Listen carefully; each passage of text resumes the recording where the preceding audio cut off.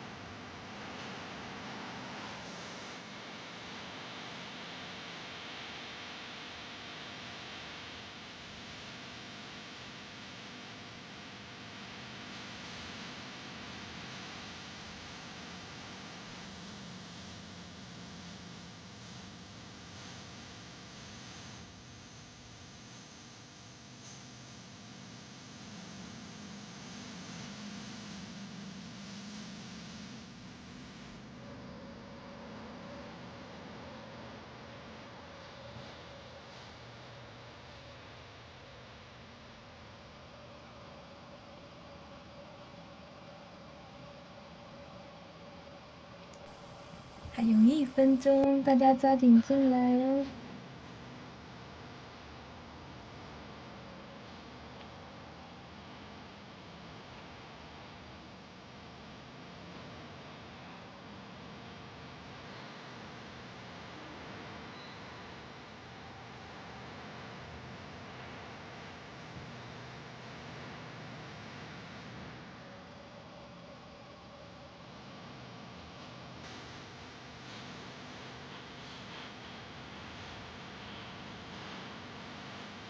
是吗？二次元的歌单，历史古迹真的是相似。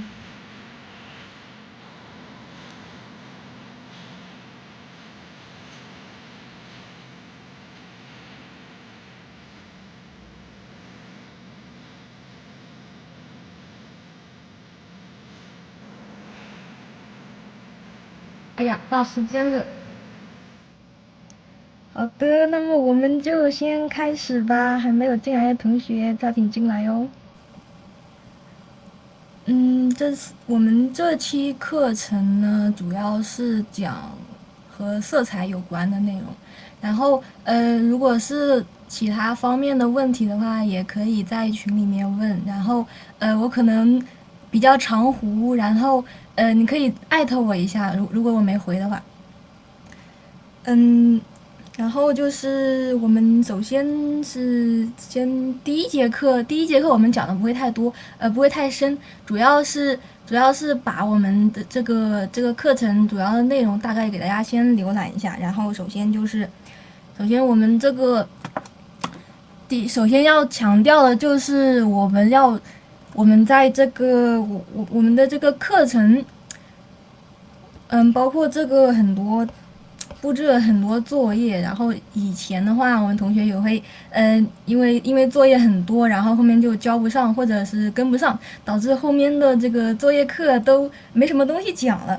我们同学可以先，不要看我们每一次作业有这么多，像这里，不要看每次有这么多小的这个作业，但是它其实是很简单的一些小练习。其实没有看起来那么难。我们可以先做多少就能做多少就做多少，然后尽量交，然后能赶在这个作业课之前去，赶在作业课之前能交多少就交多少，然后赶着让老师去点评一下。因为后面的话后面就不好点评，不好抽到，不容易被抽到。好吧，然后我们的这个小练习也是根据我们每节课讲的重点去针对性的去布置的这个作业。然后我们首先就是我们的课堂主要就是帮助我们同学把这个思路理清了。因为很多知识点它都是像这个色彩模式啊，或者是这个色彩的一些基本的知识点，它基本的东西都是差不多的。那么比如说1+1等于2，你再去学多少1+1，它还是等于2，对不对？除非你去研究什么量子力学，或者是去搞科研，1+1不等于2，1+1等于无穷。一般情况下，这些基本的东西都是差不多。但是那为什么我们上课还要讲呢？因为我们的这个不仅仅是知识点比较重要，这个思路也很重要。好，然后就是思维模式。然后最后我们前面一半的课程呢，是讲的是基础的方面的东西，然后我们慢慢由简入深。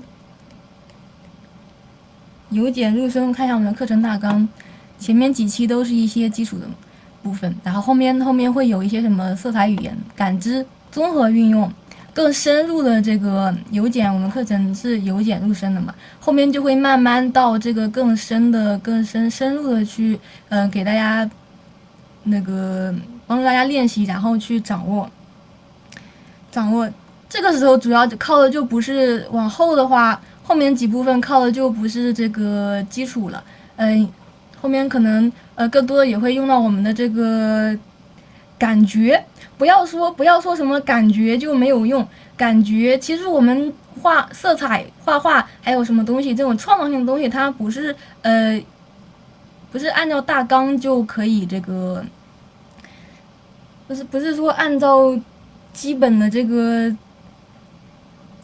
个公式就可以套上去的。很多时候，我们感觉也很重要。所以我们第一节课的这个作业，我们可以看到后面我们的这个作业部分。作业第一次的作业呢，就是首先我们先不要去管那么多知识点，后面我们都会讲到那些知识点，我们都会去一一给大家去讲解。但是第一节课我们首先先把这个感觉建立起来，先浅浅的先试个水，好吧？然后一会儿我会给大家整理很多的这个素材，好像还没发吧，一会儿下课的时候把这个素材也发给大家。我们可以看到我们这个素材它是这个，首先是我们的素材，其实它就是一个2大部分，还是形和色。如果上过基础课的同学应该知道，我们画画2个，我强调我们之前说过，画画有2个大部分是形和色，对吧？其实我们去画色彩的时候，色彩也有形。色彩我们在整个基础课程的时候讲，可能是你要画一个小朋友，这个是形，然后你给这个小朋友涂颜色，这个是色，给它涂上颜色，它是一个颜色。画一个小朋友，这是形，然后它的颜色，你再给它的颜色里画上肤色，好抽象。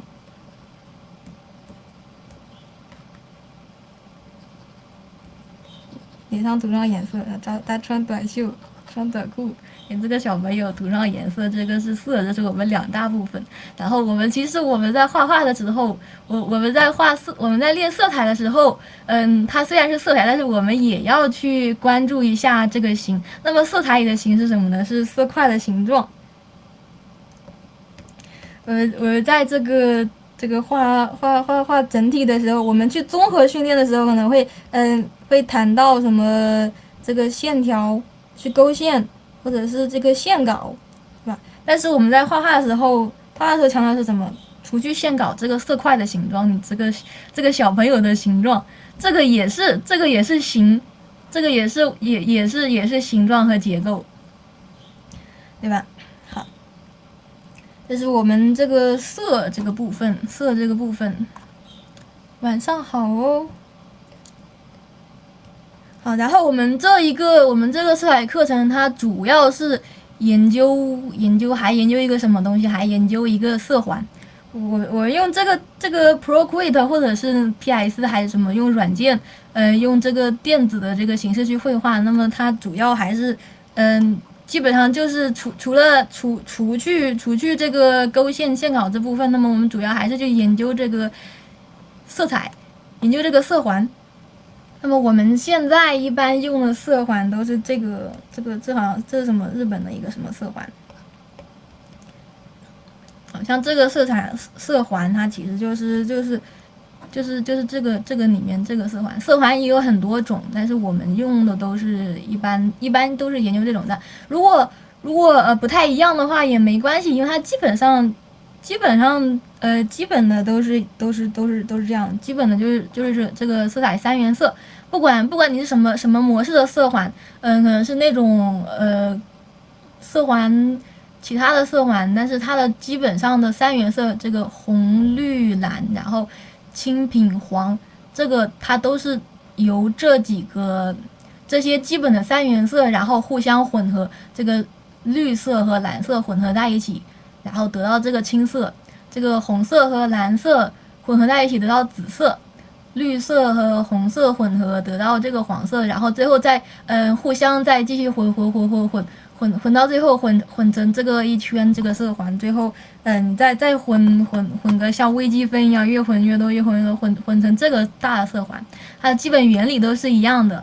然后像这个后面我们去学传统美术的时候用到颜料的话可能和我们电子的这个色环会有一点区别，后面会提到。好，我们先大概了解一下。然后我要强调的就是我们现在研究的是这个，不要搞混了。如果有同学可能会学过，有同学学过美术学画画，你用那个颜料画的话，可能会有一点如果你一下子转到这个 Procreate 或者是电脑上面画的话，会有疑惑。那么我们这个时候。这个时候我就要说了，不要疑惑，相信你自己，相信你现在用的这个东西。那么我们就不要再考虑那么多什么颜料怎么改。有同学说老师颜料这个3原色跟这个好奇怪呀，感觉不太一样。那你就相信你用这个，用这个，不要想太多。好吧，然后就是这个色环部分，还有就是前面几节课。我们要讲到前面几节课这个基础课的话，可能会比较简单，然后后面会逐渐深入。那么我的同学要，即使是讲这些简单的东西，我同学也不要去分心，因为它就像数学一样，你可能上课的时候，一开始老师刚开始讲的时候，1加1等于2，觉得有点太简单了，我稍微走个神，看一眼窗外的小鸟，结果一回头发现突然就变成外星人的语言，突然就听不懂了，好吧？任何东西都是逐渐的去深入的。好，这是我们一开始要去强调的一些东西。好，那刚才有提到色彩模式，对吧？那么我们在这个画画之前，还有一个东西要搞清楚的，就是一般如果我们有基础的同学，应该都会都差不多知道一点，但是我们还是再强调一下，以防有同学还不太清楚，就是刚才提到的这个加法3原色和减法3原色。刚才我给大家看的那个色环呢，它就是下面这个。它遵循的是这个加法3原色，因为我们电子屏幕上面显示的它是光嘛，光学的3原色不就是红绿蓝青品红吗？然后我们现在用这个电脑画的话，它我们就按照这个3原色，按照红绿蓝这个3原色去画，然后还有这个CMYK 减法3原色这个显示混色模式。这个我们在这个里面设置里面也有，我们在画之前，它会有一个需要我们去调整的这个颜色配置。我们一开始一般用的都是这个 RGB， 对吧？它有的时候默认可能是这个什么什么 P3， 我们可以调一下，因为这样的话它颜色就色差会比较小。我们一般把它调成这个 RGB 模式。这个模式其实就是这个加法3原色。那么这个什么时候用到这个呢？这个是颜色的这个3原色，红黄蓝，对吧？所以学传统美术的时候，是红黄蓝，然后画画的时候用这个 Procreate 或者 PS 的时候，它是红绿蓝3原色。那么这个就是打印的时候用这个墨水把它打印成纸质的，把你的这个作品打印成纸质的一些周边呐、或者是什么东西的时候，我们就会用到这个模式，用到。这个其实我们不用在意，因为它有可以调的，或者是如果你需要把你的这个作品打印成产品的话，你可能需要考虑去用这个，但是一般情况下我们都是用这个，都是用下面这个加法3原色，红黄蓝，然后这个都知道对吧？然后还有一个容易搞混的一个地方就是这个地方。我们的这个色环这里有一个取值这里你看，这里是 HSB， 这里又是 RGB， 我们同学要搞混了，这个是 RGB， 这个是 HSB， 这里又是 RGB。但是我们去研究的时候，我们不研究这个，一般我们暂时不研究这个东西，我们去研究这个 HSB。然后我们同学又要混乱了。到底是什么东西？这两个没有关系，不要想太多，这两个没有关系。这个只是屏幕显色模式，这个只是我们在画画之前把颜色设置成这个 RGB 的显示模式就可以了。然后后面我们去研究去绘画的时候，不要管这个，先暂时不用，暂时用不着管这个 RGB。我们去研究这个 HSB， 也就是色彩的3要素。有基础的同学，或者是你光看这个进度条你就知道嘛，它 H 就是色相，对吧？ S 是饱和度 ，B 是明度。我们画画的时候研究的是这个。好，对应这里就是这个就是这个是 RGB， 我们暂时用不到。然后还有个这种色盘，这个地方就是对应的这个地方。这里没有显示，但你记住这个是 H， 这个是 S， 这个是 B， 这个 H 是什么呢？这个就是它的颜色，你是红色还是黄色还是什么红黄蓝绿，什么什么颜色，对吧？然后这个是 S 是饱和度，这个是明度，就是它是黑白灰，亮灰暗。我们去调整这个。这三个基础的这个值，这个是我们要研究的东西。但是你不要看它只是简单的3个数值，它其实是非常，虽然它只是简单的三个东西，但是它互相碰撞出来会是一个非常复杂，会形成一个非常复杂的这个知识体系，好吧？然后这个是先看一下这个，然后这个是什么呢？这个其实跟这个是一样的，看你的这个习惯，你习惯用哪个？这个的话可能会更直观一点，它的这个色相会更直观一点。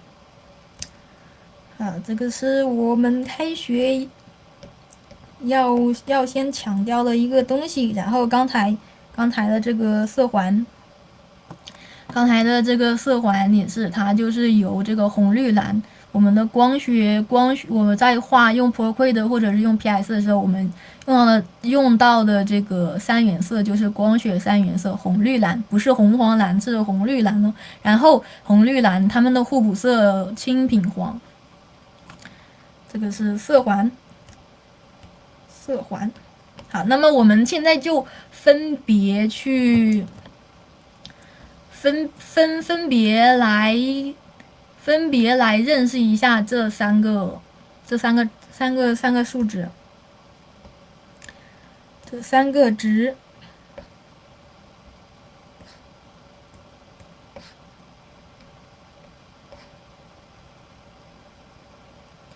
我们看一下这些参考图。我们第一节课有把这些参考图发到群里面给大家，提前发到群里面，大家在那个群里面可以找到，可以在那个，在我们的那个百度网盘里面有分享这些参考图。然后一会儿下课我会把这个刚才这个没有发出来的忘记发了，这个一会儿下课的时候把这些也发给大家。好的，然后是这个，我们先一个一个来，色相。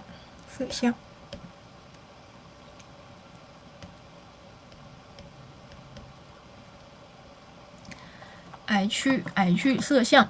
那么为什么先讲色相呢？首先第一个原因 ，HSB 它排第一个，第二个色相色相是我们对颜色认识的一个最直观、最基本的一个东西。因为一开始，比如说像我们去学儿童画的时候，在你很小的时候，你去用蜡笔画画的时候，你首先第一个就是我们印象里面就会知道，假如你要画一棵树，你会怎么画？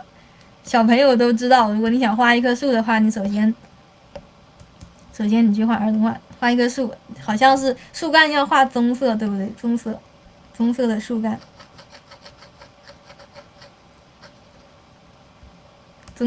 干，然后叶子是绿色。你在路上随便问一个小朋友，他要知道这个树干，树是怎么画，他就会。我那天在外面去画的时候，有个小朋友过来过来说姐姐，你这个我可以，我可以，我也可以试一下吗？然后我就给他试，他这个小朋友他刚拿到这个，面对一张空白的纸，我们从小朋友的角度，他一开始就会想到要去画一个树，画一个草地，然后他也这么画了，然后是这个草地，对吧？然后是天空，天空，哎，天空是蓝色的。但其实我们看到的颜色就是你看到的颜色吗？并不是，天空蓝就是蓝色吗？可能很多时候我们仔细去观察的话，你发现天空并不是蓝色的，它可能是灰色的、橙色的或者是红色的。但是如果让我们小朋友去这个蓝有点紫，让我们小朋友去画啊，他就会把天空画成蓝色，然后我们再画一个太阳。对，小朋友还会再画一个，习惯儿童画的话，他还会画一个太阳。哦天哪！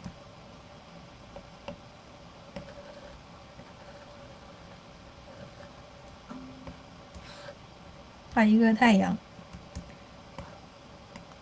太阳周围还有这个东西。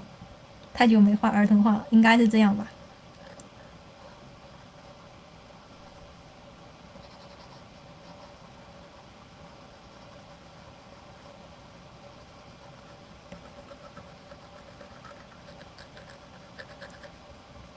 啊，这就是一张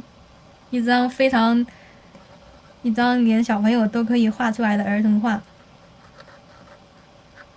哦，所以为什么我们把这个色相会，这个就是我们这个颜色最基本的一个东西，就是你这个树它是绿色，这个是红色。你看到这张图的时候，你就知道这个图的这个色调整体色调是红色。然后这个图的话，你看到的整体色调就是黄色。那么这张图呢？这张图是蓝色。这就是我们对这个东西对颜色最初的一个认知，对颜色最基本的认知。好，就比如说像这张图的色相，它就是一个红色，对不对？那么可能你在你用这张图画这样一个色调的时候，你的这个H 值，就是我们的第一排这个 H 值，它基本上就是在这个范围，这块范围红色的范围去挪动，它基本上就是这个颜色。那么这个颜色呢，它基本上就是黄色，对吧？黄色。那么你在画这样的东西的时候，你的颜色基本上就是在这个范围去取。那么这个颜色，这个就会多一点，它是其实这个它也是两个颜色，它背景是蓝色，对吧？好，这是我们第一节课先去锻炼一下你的，先去感受，先用你的直觉，用你的本能去感受一下。然后这个背景是蓝色，那么你看到第二张图，你感受到的颜色就是黄色和蓝色，两个最基本的颜色。然后这张第三个颜色，往这里调一下。第三个颜色它是蓝色，对吧？我们自己去看一下它的这个背景，它这个颜色最多的这个色调背景的颜色是蓝色。这个时候这张图的这个整体的这个色调，它是一个蓝色，蓝绿色。那么然后这个是什么颜色？虽然我们看这里，你感觉这里好像有白色，这个水泥路是不是颜色很浅，有一点像白色或者是青绿色？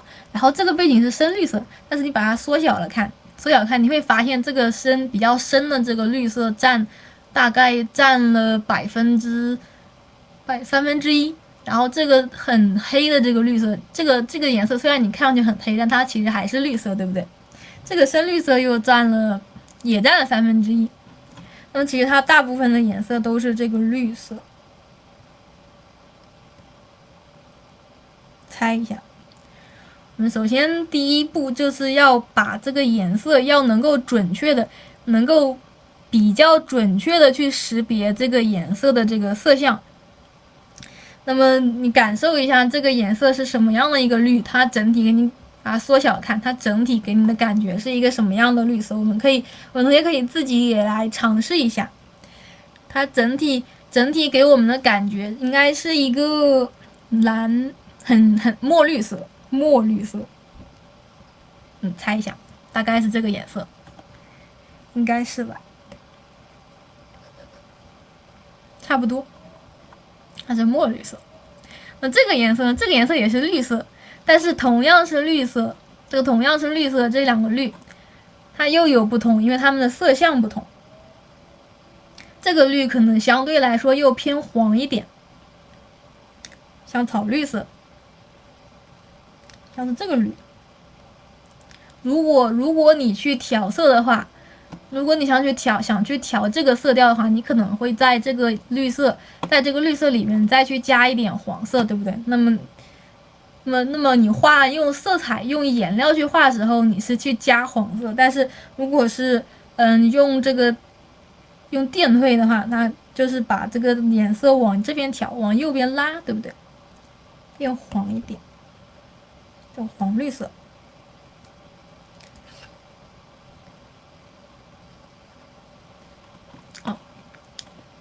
这个时候我们不要去纠结你说这里还有这里还有这个绿，所以我们同学要纠结。老师这里还有这个很亮的绿色，这里也有个很亮的绿色，就草绿色。然后这里还有什么很黄的、很亮的、很黄的颜色，给它颜色变化很复杂，那可能还会有这个颜色。这个地板又有这样的一个绿色。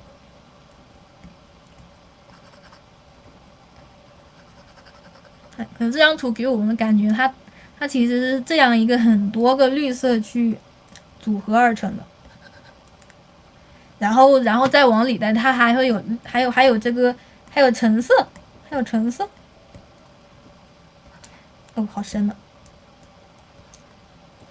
还有橙色，再黄一点。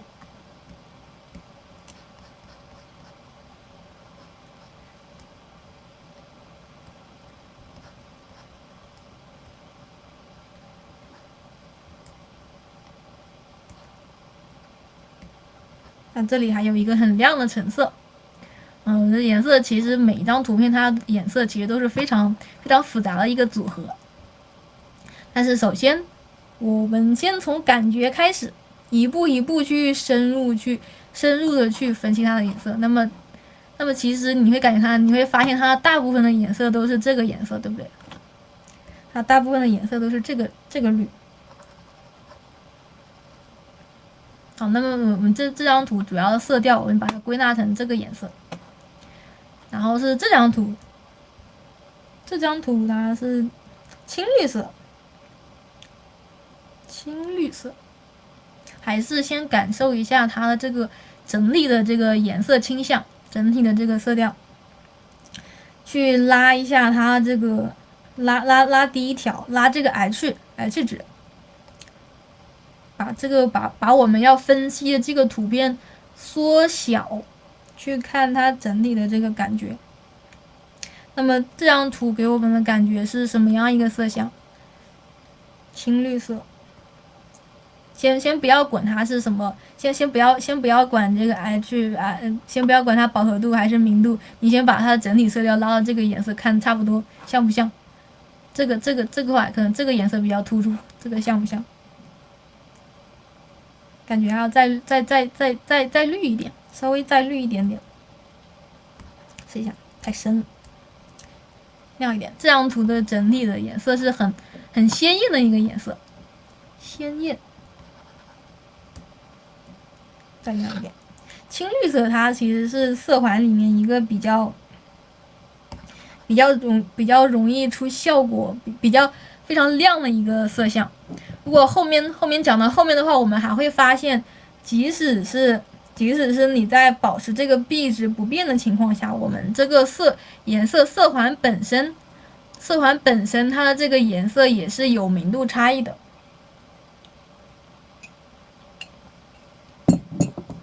比如说像刚才这个色环，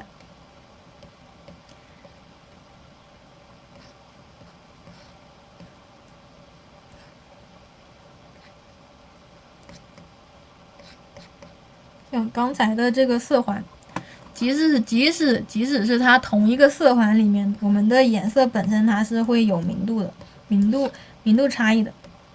我们把它调成饱和度，你会发现它这个本来的颜色就会这个颜色就会非常深，然后这里会有一个非常浅的颜色，然后这里相对比较浅，然后这里稍微有一点点这个颜色稍微有一点点深，然后我们还可以发现它最深的3个颜色，最深的一个颜色是这个颜色，然后在这个环里面倒数第2深的颜色是这个颜色，然后稍微再浅一点但还是很深的颜色是这个颜色，正好就是我们的这个3原色3个角。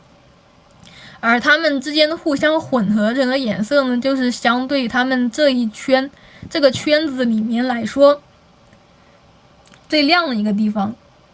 那么最亮的一个地方就是这个颜色，也就是对应的这个黄色。然后这个圈子里面最亮的一个颜色，它其实就是这个颜色。而在这个和这个2个最深的中间，相对比较亮的颜色，正巧是也是它们的这个互补色，它们之间的补色也就是这个青品黄。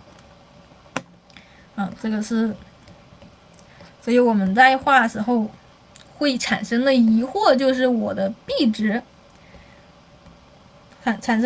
会产生一个疑惑，就是我在画的时候我的币值不变，但是我去拉动其他的时候，我画出来的颜色还是有深一块浅一块，还是非常的这个花，非常油，就是因为我们忽视了这个颜色本身它是有一个明暗变化的，所以这三个值它是互相影响，它不是我们不能单独拿出来看，它们之间是互相有这个影响，而它们这就是因为这些两之间的这个影响，它让我们的这个颜色组合在一起会变得非常复杂。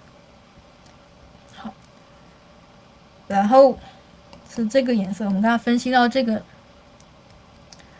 游泳池的颜色其实再仔细一点的话，你可以感觉到在这个基础上我们的颜色还可以再绿一点，如果色感好的话稍微再绿一点。有时候为什么怎么取也取不准呢？因为它没有绝对的颜色，你把它放大看你会发现其实它的每一个像素的颜色都是不一样的，对不对？所以它只是这一块的这个整体的感觉，你不要去吸这个颜色，因为有的时候你会发现你吸出来的颜色，你这么吸它的颜色都是有不一样的，因为它每一块的颜色，我们的颜色是由很多的小像素点组成的，所以它的颜色，如果你去吸的话，你可能这一笔吸到这里，这一笔又吸到这里，你取出来的这个颜色又是不一样的，所以我们去分析这个颜色的时候，可以如果有基础的话，我们可以不要去吸这个颜色，我们要用眼睛去看，用你的感受一下，你觉得什么样的颜色最合适，你就用什么样的颜色。喝口水。这张图里最明显的2个颜色是什么颜色？一个是紫色，它的背景是紫色，它整体的把它缩小看，我们可以发现我们刚才找的这组图，它其实是一个彩虹，按照一个彩虹的这个顺序去调去这个排列的，从红色红黄蓝绿逐渐过渡到这个品红色，又绕回来，后面又绕回来，绕到这个红色。好，那按照顺序的话，这个是紫色，对不对？把它缩小看，你会发现这张图整体的这个氛围也是紫色。那么，再来分析一下它的这个色相。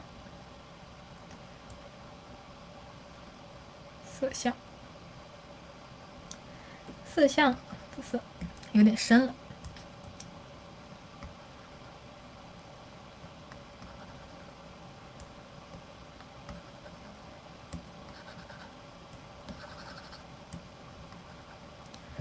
这张图的话，其实它的背景的紫色是，两个色相去互相之间影响，才有这个紫色。你把它缩小，乍一看有这个紫色这个感觉，但其实其实是两种。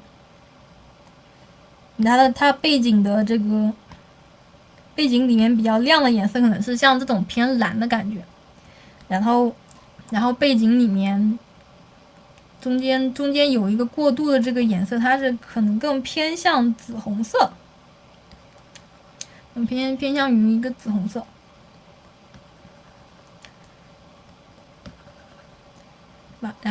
然后再深的，像这个地方你会发现它颜色又偏向一种偏向更绿一点的颜色，像这种颜色。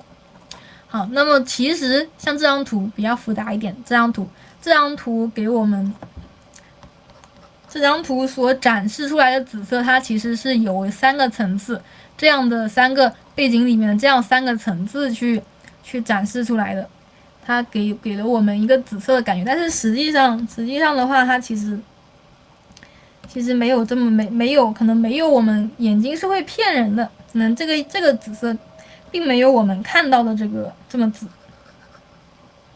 吸一下这个颜色，对比一下，还有一个比较灰的，稍微再深一点，稍微再亮一点，大概是这个颜色，对吧？但是其实你感觉它的颜色很紫，但其实它这个颜色在这个地方，它是不是在左上角这块？对，我们第1节课，我们一开始就要去练这个分析颜色的能力。我们要首先就是要能够快速的去分辨出这个颜色。那么首先第一步，我们去取色准的第一步就是能够较为准确的去识别这些色相。刚才从第1张图分析到这里，对吧？红、黄、蓝、绿、青、蓝、紫，然后品红色。我们首先要比较准确的去识别这个色相，因为颜色它是会骗人的。刚才我们看这个黑白色的时候，会发现最深的一个颜色是不是这里？所以我们这个在我们去取这个紫色的时候要注意它。我们取蓝色或者紫色这个颜色的时候，它的颜色很容易去画得很重，那么容易画重，所以我们去使用这个蓝色或者是紫色这里的这个颜色的时候，我们就要相对比其他地方的这个颜色来说，往这个右上角颜色往这个轻一点的这个地方、浅一点的地方去使用。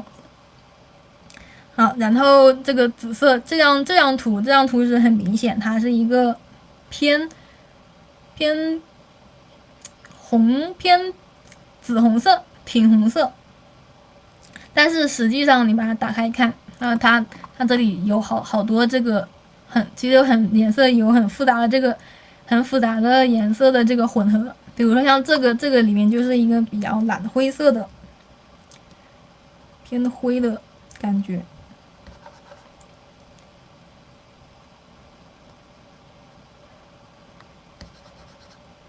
那可能大概是像这样，我们慢慢去调整，就再紫一点。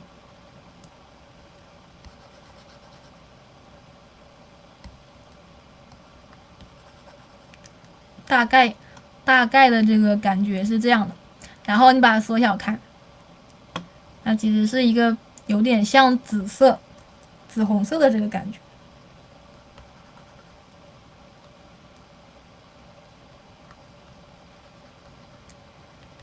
它其实这里的颜色可能相对来说更红，偏向于红色。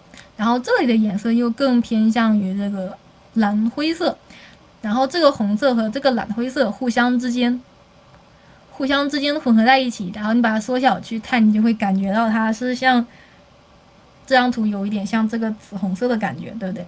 其实就和我们调色的原理很像，但是不同的是，你的颜色不是像颜料一样混在一起，而是同时出现在这张纸上，同时映入你的眼帘，互相之间同时去影响对方，然后让你的这个眼睛去接收到一个信息，接收到你的眼睛同时接收到这个红色和这个偏蓝的这个紫色，然后把这个信息混合在一起，让你的大脑感觉到它是一个偏向于紫红色的感觉。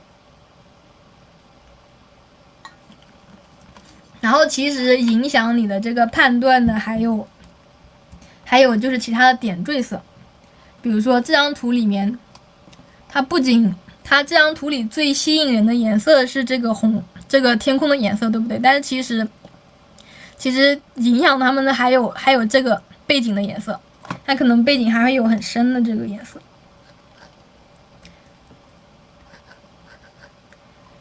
如果你去仔细看的话，会发现它的颜色很复杂。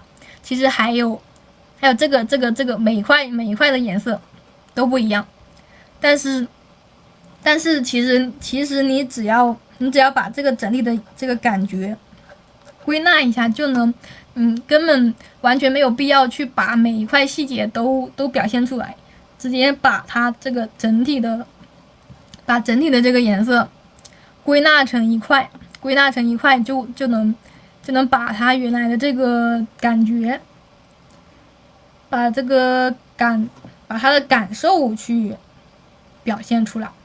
这个就是我们的色块归纳能力。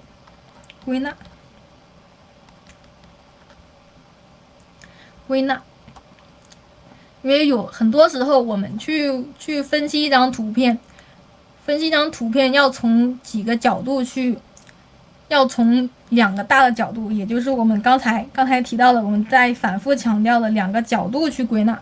首先第一个就是形和色，形不仅仅是你去画小朋友的时候画他的头发，你要画线稿，不仅仅是这个线稿的这个形，还有就是色块的形状。哦，等一下，我家狗出来了。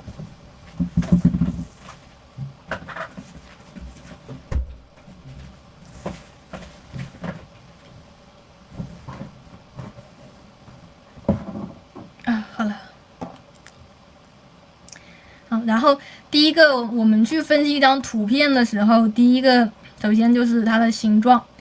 刚才我在归纳的时候，把它这个背景的这个颜色归纳成一个大概的这样的一个形状，大概就是两边的楼房，然后中间凹陷的地方是天空。如果你要再细一点的话，那还可以画得更细。当然画的多细取决于你自己，你觉得什么样的程度可以了就什么样的程度。然后我们的主要目的是去分析它的这个颜色构成和它的这个整体的氛围，所以我们大概粗略的把它的大的形状归纳一下就好了，也就是把它归纳成这个形状。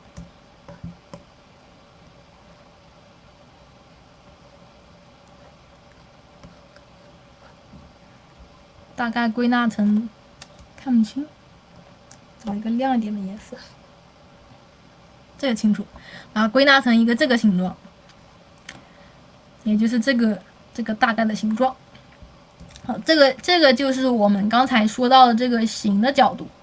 然后就是色，你把它缩小，你眼睛眯起来，是不是感觉大概就是这个颜色？大概什么颜色呢？是这个天空这个颜色，然后往下面取，让它颜色变灰、变蓝、变灰一点，大概这个颜色。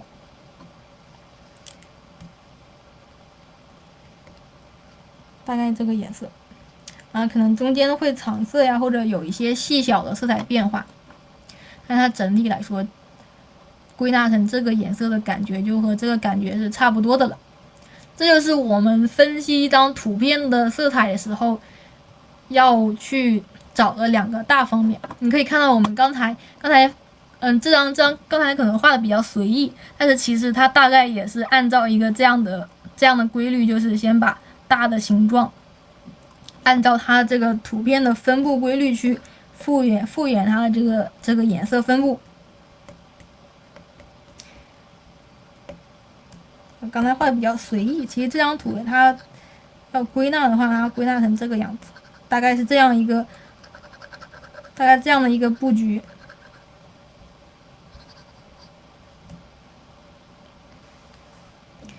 这个是地板，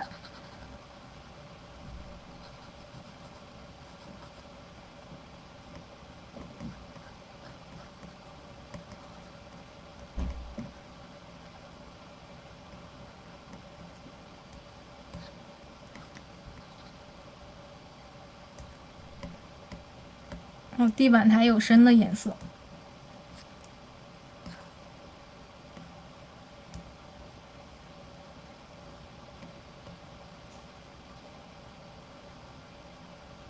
可能我在这里感觉到这个阴影部分，这里会有一个影子，然后到这里的时候，这个影子从这个橙色，我们再继续刚才分析了这个大的这个色相之后，你再去分析它内部的颜色，还是继续去在这个基础上去判断它的色相。我感觉这个阴影的颜色是从这个橙色比较深的这个橙色的阴影，渐渐的过渡成绿色的这个深绿色。它的影子是这样过渡的。我们暂时先不看形，先看颜色。我归纳的比较草率，大概就是这个样子。这色彩分布，这是它走廊的颜色。我们在画画的时候一定要去培养这个能力，就是色准。然后渐渐的，这个颜色可以再深一点。其实刚才这个橙色可以再渐渐的变深。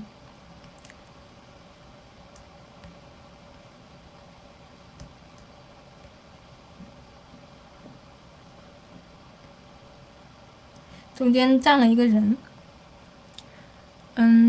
它周围你再去判断它的色相，周围这一圈又是偏蓝的颜色，可能会有一些蓝色，感觉颜色太浅了，就把它颜色亮一点，然后感觉还可以。没电了，等一下，充个电，充电。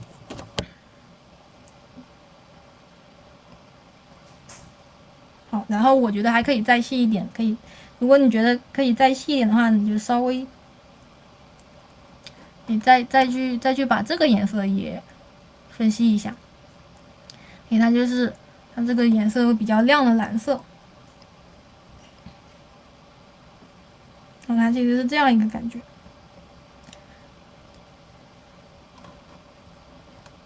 然后是这一块也是一个和这个地板是一样的。这里的这个白色的墙，这里的墙和这个地板一样，也是一个从橙色到绿色的这个过渡。那么我们把它颜色再偏沉一点，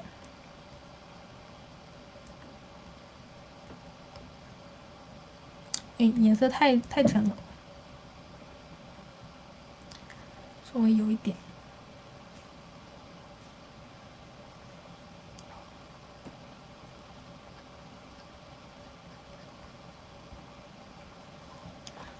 大概差不多这个感觉。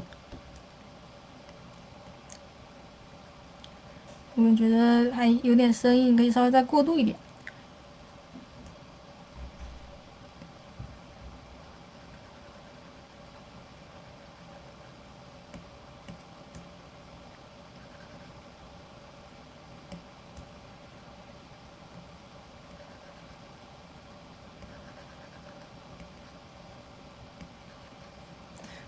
不能再细，再细就是后面的内容了。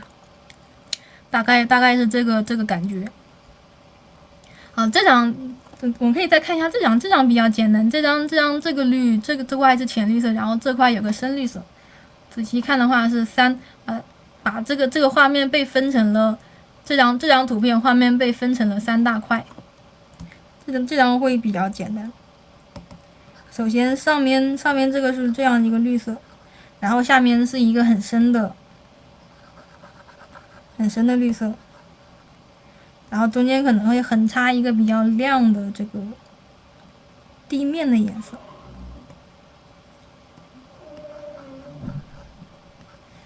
这张图比较好分析，它直接非常简洁明了的3大块，你不要去管这里还有个。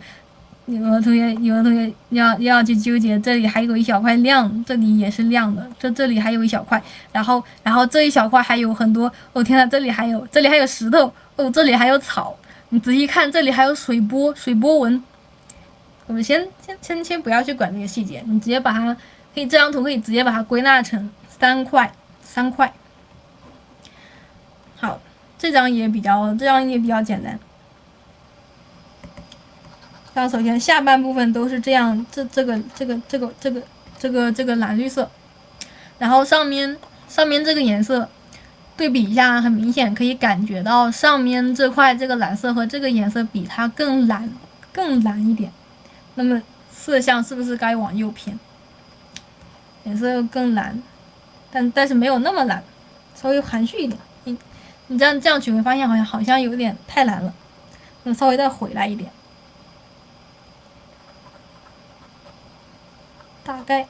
大概先选个大概，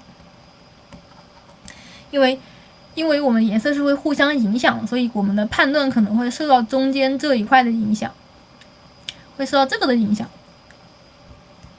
那么可能其实它的颜色，如果有经验的话，我们可以知道，其实它这个颜色可能会再深一点，然后中间受到这一块蓝绿色的感觉。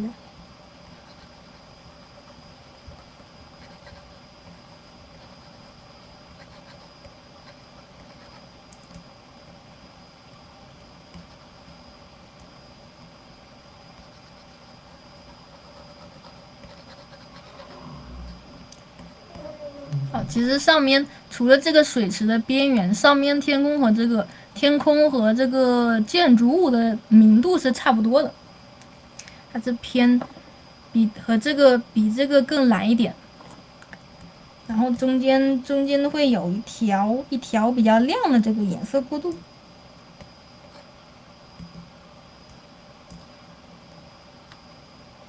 就可能会再亮一点。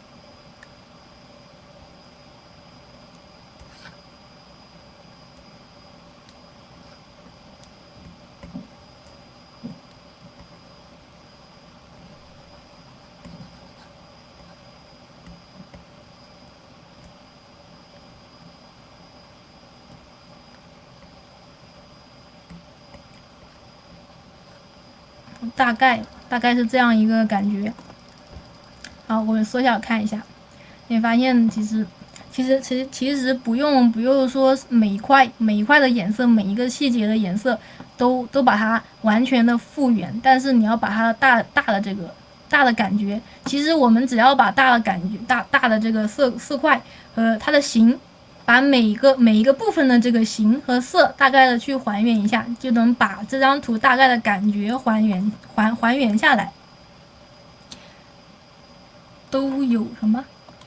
都有魔力，这就是色彩的魔法。你说的魔力是什么？是困了，还是觉得有点跟不上？或者我讲的快吗？就是我的意思就是把这个形和色，我们去归纳一张图片，你觉得好看的图片的时候，从这个形和色两个角度去，从形和色的两个角度去这个分析。困了几点了？那我们一会儿稍微休息一会儿。7点，我们一会儿到8点的时候稍微休息一会儿，我们同学可以把这个可以自己去试着把这些颜色去归纳一下，去找一下这个颜色，好吧？然后如果你暂时觉得这样归纳比较困难的话，你可以像这样简单一点，把它归纳成这个大的色块，把它的大色块大的感觉归纳出来。比如说这个是红色，这个是黄色，这个是蓝色，你可以自己去找一下。然后如果基础好的同学，或者是觉得这个很简单的同学，就可以在这个基础上去更细意的去分析一下它里面其他的部分、其他的组成部分的这个颜色，去分析更多的细节。好，这个是最基础的这个颜色。然后你可以稍微再深，再去深一点。当然，如果你现在归纳不出来也没关系，因为我们后面的训练里面都会去逐步去训练这些东西。然后是这张比较简单，我们最后再看一个这个吧。这个和其他相比会更简单一点，因为这个它基本上只有红色，没有其他颜色。像这些可能还会有这个红色和蓝色，天空是蓝色的，这个可能这个天空的背景变化很复杂，然后这个变化也比较复杂，这些变化都有。这张最简单，这张可以看一下。眼睛眯起来，对，你可以看到我在讲的时候，基本上把图片都缩得很小。它这张图它其实这个样子，对不对？我们把它放大看，会看到很多细节。像这些图，你会不自觉的去注意它的这个皮肤，你仔细看的话会发现它的这个脸，这个皮肤它也是有亮灰暗，这个腿上这里还有阴影，然后这个裙子也会有暗面和亮面，这里还有影子。我们会不自觉的去看很多细节，但是我们可以看到刚才老师在讲的时候，基本上把它图片都缩得很小。我们去看它这个大概整体。第一节课不要去想太多，我们现在学的基本上就是1+1，我们在感受1+1的魅力。然后这张最简单，它都是在红色，基本上都在红色这个地方。首先是它整体的这个红色。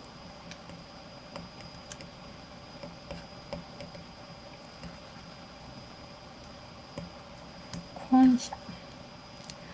假如你的画布是这样，你不要去纠结这个地方或者这个地方到底是什么颜色，你先把你感觉你看到什么颜色。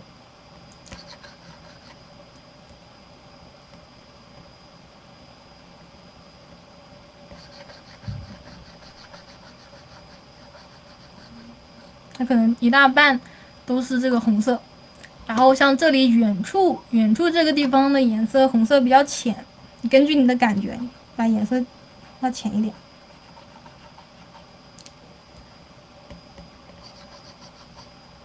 然后这一块的红色比较深，中间这块的红色有一点黄。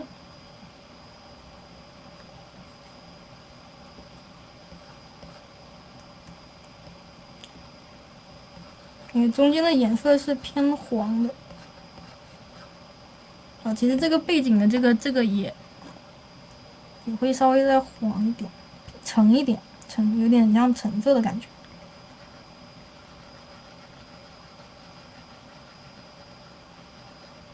大概这个形状。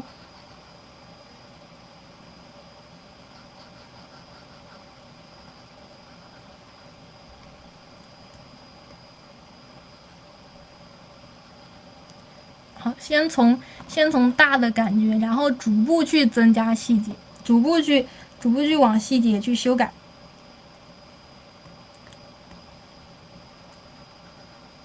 大胆一点，我感觉可以再浅一点，那就再浅一点。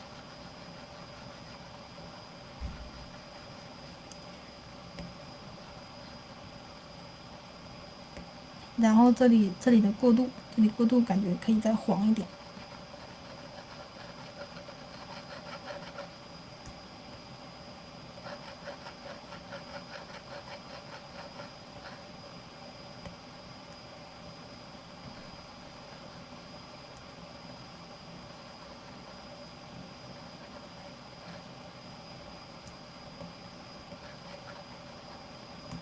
然后这里还有一块这个。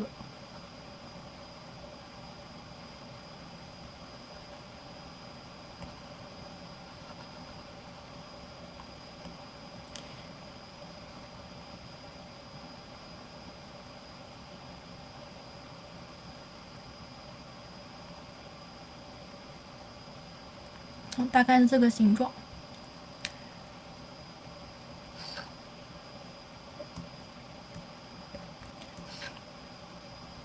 这一块稍微浅一点。大概这个颜色可以再深一点。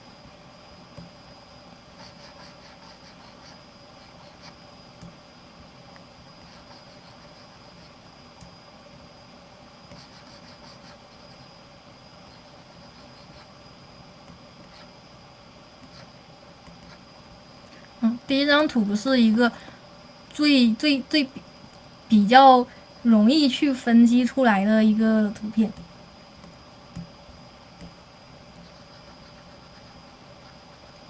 其实我们暂时先不抠细节的话，大概画到这个程度就已经差不多把这个感觉还原出来，对不对？后面其实还有白色的背景，我把白色的背景也画上。白色的背景。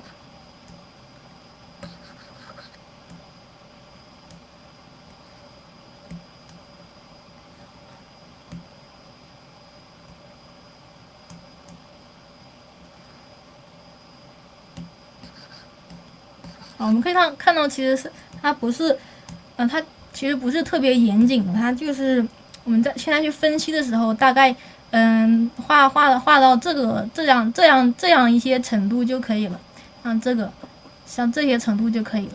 然后再细的话，我们可以我们后面可以慢慢去抠，但是如果你想，我们现在要做的是快速的去分析这张图片的这个色调。所以我们大概画成这样，快速的把它归纳成这样就可以了。好，然后现在是8点，我们休息5分钟吧，休息5分钟。然后我们同学可以自己试着去像老师这样大概找几张图把它概括一下，概括成这样最简单的。如果是简单的话，就可以像这张概括成这样这样比较简单，概括成这样就可以了。如果你想再细节一点，像这张你可以像这张一样稍微再细一点，然后这个比如说像这里的这个窗户也可以再抠细一点呢。看一下你短时间内能画到什么程度，好吧？然后如果累了，如果有困的同学可以稍微休息个5分钟吧。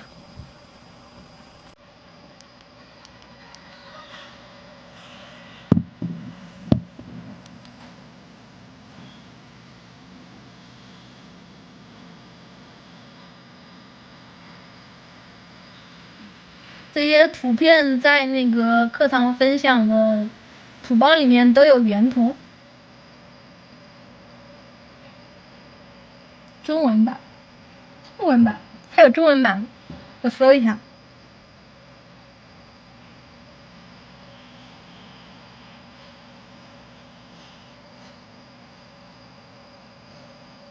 时代少年团。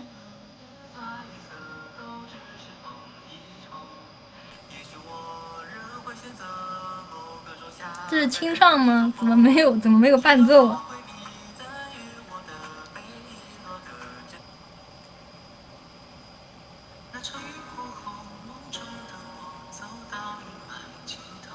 中文版好怪啊！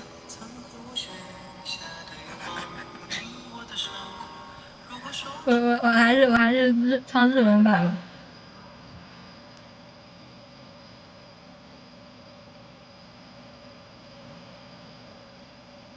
别光顾着听歌呀，可以试一下把这些图归纳一下试试。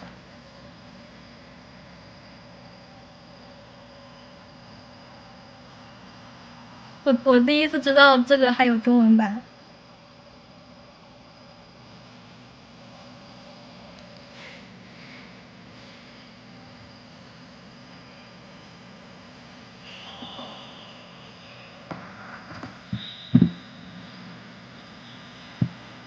试一下，画一下这张图，第二张也试一下，先随便拉一下画布。同学软件的基本操作都会吧？先拉一张，我们现在不用特别严谨，我们只是随便去尝试一下。先拉用这个矩形画一个大概的正方形的矩形。因为有的时候软件操作不熟练的话，对我们的这个绘画的这个体验也是有很大影响的。可能你在纸上，因为很多同学在纸上画，或者是用其他软件画，他画的很熟练，但是你突然换个软件，或者是你第一次尝试板绘的话，你就突然就不会画了。所以我们如果操作不熟练也不要气馁，那是软件的问题，不是你的问题。就是把不会画画的锅都甩到软件身上。先大概背景，你们可以看到我这个正方形其实取的这个规格好像都不太一样，没关系，我们只是还原一下感觉。大概先取一个背景的颜色，然后这个人是黄色的。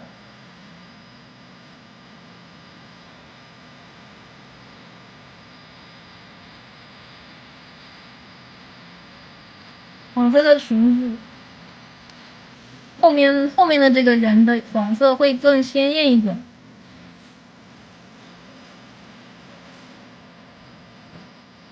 那鲜艳的话，颜色就是往这个右边取，往右上角取，它颜色就会变鲜艳。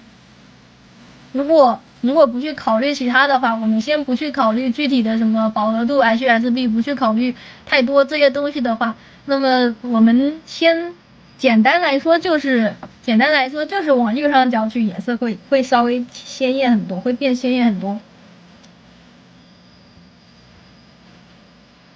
好，其实这张图大概就是这个感觉，这样就可以了。只画在正方形，这就是我们软件的基本操作呀。看到没有？这个，然后你把这个矩形一框，你会发现有一个矩形边框，你把它框出来，然后这个时候你再去怎么画，它只会在这个。抱歉，等一下啊。这个时候你怎么画，它都是这个矩形里面。剪贴蒙版，对，刚才我在这个图层上是剪贴蒙版，所以它只画在了这张上面。然后我新建了一个图层，它就是你框选出来的这个画面。这个软件的基本操作，其实基本操作就那几个，熟悉一下就好。如果是因为操作不熟练，然后你憋不出来的话，你画画，我们有的时候软件操作不习惯，憋不出来很正常。你稍微克服一下，你去多试几次就可以了。不要因为这个而气馁。然后那我给大家先讲一下我经常会用到的我们经常用到的一些功能，就是软件的操作的话，一开始课程附赠的这个课程应该有讲过吧。好，那刚才我用到的这个就是首先一个就是这个框选的话，你可以哎呀点错了。刚才我用到的这个框选，就是首先用到功能，就是首先一个是框选，你把你的框选出来就不会画出来了。然后还有这个，你可以自己定一个形状，就是这个东西，我们常用的一个功能。然后可以选择自己手动选区，还有正方形直接拖一个正方形、圆形，然后自动的话就是你点到一块，它自动给你分类。这个是这个操作。然后第二个操作就是刚才我们同学说到的剪贴蒙版，你在确定好选区之后，你想，假如这是你的画布，那么你只想在这张画布上面画，那如果你在画的话，你可能会画出来怎么办？那就是剪贴蒙版。点一下这个就会出现这个我们选择剪辑蒙版。好，这个时候我们在画的时候，它就会只画在这张只画在这张上面了，相当于是把它限制在这个窗口里。这个功能，这两个功能比较常用的，我们稍微提一下。其他的现在时间到了哦。刚才稍微又归纳了一下这张，其实我们这张图片的话，大概归纳成这样，也差不多就可以了。就是我们的目的就是，我们这个训练的目的就是把这些东西把它的感觉大概的归纳一下，根据你的感觉，我们的感觉是锻炼出来的，可以锻炼出来的。然后我们再去学这个去练色彩的时候，两个方面，一个是理论，我们同学不要说什么靠感觉没用，理论和感觉两个都，理论和感觉两个都是很重要的。然后这两个其实都是可以通过后天去努力去形成的。不管是你这个理论，你可能根据老师给你讲的这些这个小练习，然后讲知识点，让大家去按照套公式去练，可以掌握这个理论。然后你的这个感觉，就比如说像我们现在还没有去具体讲什么 HSB， 没有去具体讲的时候，现在光靠感觉也是可以去锻炼这个感觉的。因为理论它其实这个理论就是什么灰唇对比啊，那个亮灰暗唇，什么暗灰亮，完了，有舌头打结了。亮灰暗唇、亮唇暗灰，这些理论，它其实都是建立在感觉的基础上。因为画画它是创造性的，是一个有创造性的东西，所以这个感觉其实也是很重要的。然后刚才我们粗略的讲了一下这个色相，对吧？那么我们可以看到这里还有一张图片。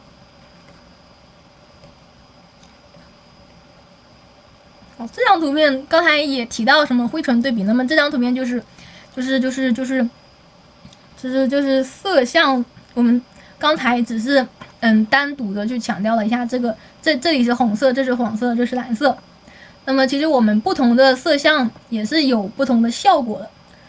我们的这个对比，色相对比也可以画出这个黑白关系。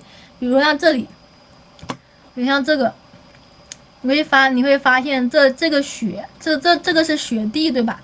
那么一般来说，按照我们的印象，按照我们一开始画儿童画的这个思路，我们画儿童画的这个思路的时候，敲得嘛得。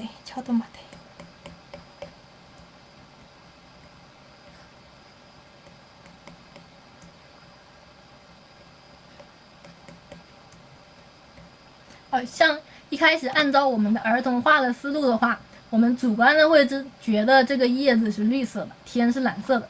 然后我们再看这张图，这张图是雪，对吧？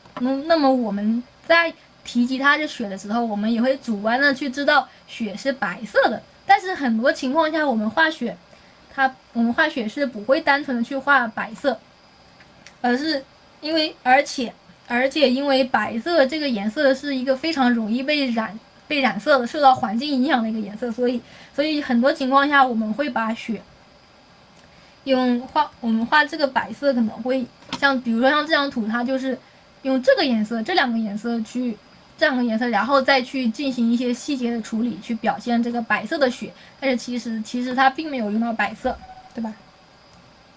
那么它首先它用到的就是有一个就是色相的对比，和刚才不同。刚才我们只强调单色不同，这个时候它会用到一个对比。就比如说像这个地方，它的亮面、受光面，它的这个我们可以看到这个天空的影响，天空这个夕阳也是红色，夕阳是这种橙红色，那么它的亮面就会受到这个光的这个影响，它会变黄，变橙红色。白发好难画，对，我们后面也会强调白色的画法。其实在我们画画的时候，你如果能画好白色的话，其他颜色一般也就没有什么问题的。在我们画面里面，如果你白色白色和黑色处理的很好的话，那么这整张画面的效果就会其实会变得非常好。好，这是我们后话，这是后话。先来看，先来初步的去了解一下。好，刚才讲到这个地方，比如说它受光的地方，我们这里它这张照片里面，我们可以看出这张受光面它是橙红色和这个光源的颜色，它光源就是这个颜色，这个太阳夕阳的颜色。然后暗部呢，暗部其实我们可以知道它这个暗部的这个颜色是这个颜色，这个地方。这其实如果再去后面讲的话，因为现在讲没讲到那些，但是我现在提一下，其实它们就是对比色，对吧？稍微有一点基础的同学都会知道这两个颜色之间的它是对比色，红色和蓝色生理互补色。你看到这个红色的光的时候，暗部你自然而然你的眼睛会自动的把它的颜色识别成这个冷色，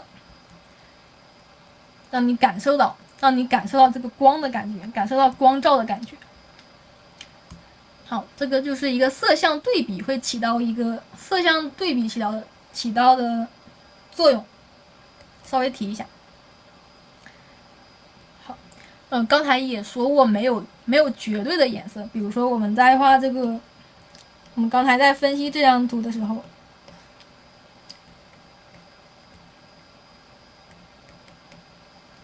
分析这张图的时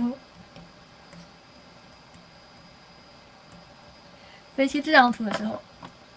对吧？我们也说到没有绝对的颜色，没有绝对的蓝色，你可能和这个绿，这个绿和这个绿，虽然它们两个都是绿，但是你会发现这个绿更绿一点，这个绿可能更黄一点，更偏暖一点，这个绿可能又冷一点。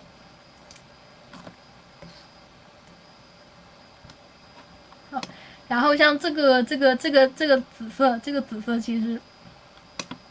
其实它们互相之间可能这个颜色看上去好像差不多，这片天空你把它缩小看，你感觉都是一片紫红色的天空，但是其实这个紫红色可能这个颜色更暖一点，这个颜色更冷一点。这就是我们色相的另一个作用，就是色相会对我们这个画面冷暖产生的影响。这张，比如说像这个红色，之前我试了一下，我在这，之前随便点了一下这个红色，我们会发现它都是红色，但是相对来说这个红可能更正一点，更正红色，跟这个颜色更正描红一点，这个颜色很红。然后这个颜色呢，其实你单看的话，你会觉得它也是红色，但是和这个红色比起来，它会更偏向于这个更偏橙一点，对吧？你看这个也是红色，但是它你一对比就会发现它是橙红色，这个是红色，把它放一起。只要没有对比就没有伤害，它们放在一起对比的话，就会很直观的发现它们俩的区别。然后这个红呢，其实你这样单看的话，它也是红色，但是我会发现这个红色和这个红色相比，它是不是又更暖一点？那么其实它们三个红色放一起看是红色，但是你会发现这个红色好像不简单。这个红色它很复杂，它是有内容的红色。那么这个时候我们用有压感的笔，像这种有压感的笔，这样扫一下，这里有深有浅，你互相浅的画一下它们之间，就是这样一下，用这个不同的这个红色一下子混一下，颜色就不一样，感觉变得变得有设计感了，就像同样是白衬衫，有的人穿的白衬衫，他就缝了刺绣，或者是有版型，然后有的人的白衬衫就是学校发的随便买的白衬衫，它是不一样的。它虽然都是白衬衫，但是它们之间是有细微的差别。啊，这个具体的我们也到后面再讲，因为它还涉及到一个黑白关系。看一下，其实它黑白关系之间也有很大的不同。那么为什么这个红？刚才我们一直盯着这个红看，是不是感觉有点刺眼，有点扎眼？但是你开黑白关系，你会发现这个红好像很深，但是你看黑白关系，就感觉它们好像差不多都很亮。这就是生理明度和物理明度。我们后面在色调的第2节课也会提到生理明度和物理明度。我们这节课先把我们要讲的大概内容先，有的会稍微提到一下，但是我们如果不清楚的话，也不要着急，我们慢慢来。先就是暂时先短暂的按一下，短暂的提一下。我们后面还会提到一个生理明度和物理明度。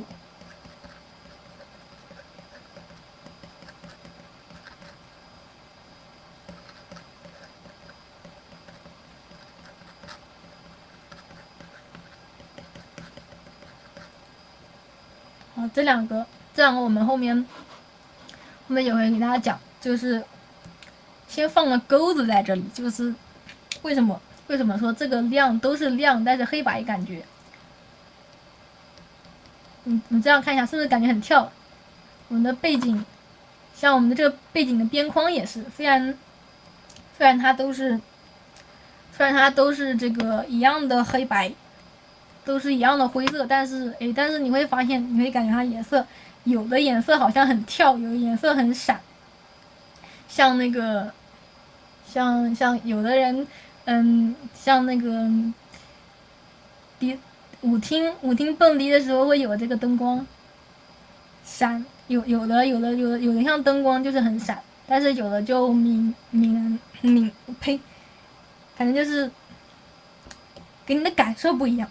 对我们的课程的这个有一个重点就是感受力。好，这个是色相的这个色相的相对冷暖。好，还有最后一个作用，我们色相的这个比例不同的话，也会影响到我们的这个画面。对吧？前面会提到形和色。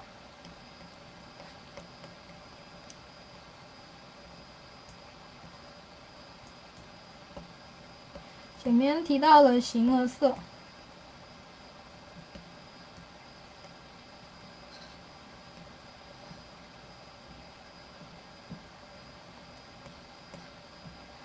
那么我们如果再深入一点，再复杂一点的话，后面到色调，我们现在是这节课的标题还记得是什么吗？认识色彩。看一下我们这节课的这第1节课的名字叫认识色彩，所以我们第1节课的认识色彩。但是后面讲到色调的话，像这节课，色调后面讲到色调的时候，我们还会深入的去研究一下色彩的这个比例，色彩的组成，它们之间产生的奇妙的化学反应。比如说像这张图已经分析好了它的这个它的色彩的组成配色。也能够看到，如果虽然同样是像这张同样是从这张图里面提取出来的色调，但是如果它是这样一个组成，你会感觉，会不会感觉它不一样？还是这样5个吧，1、2、3、4、5，这样5个色块。如果我是这样一个比例，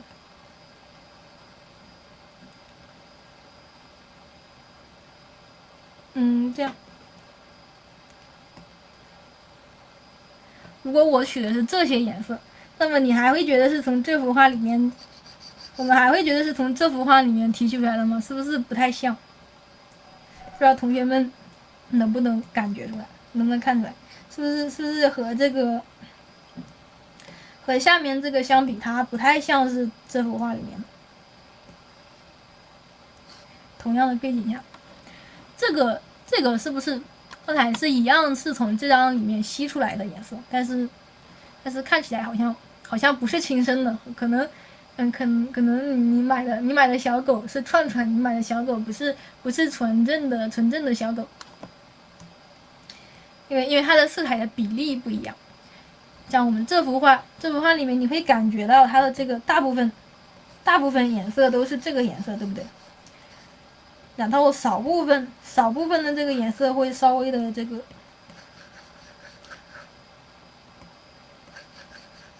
好亮，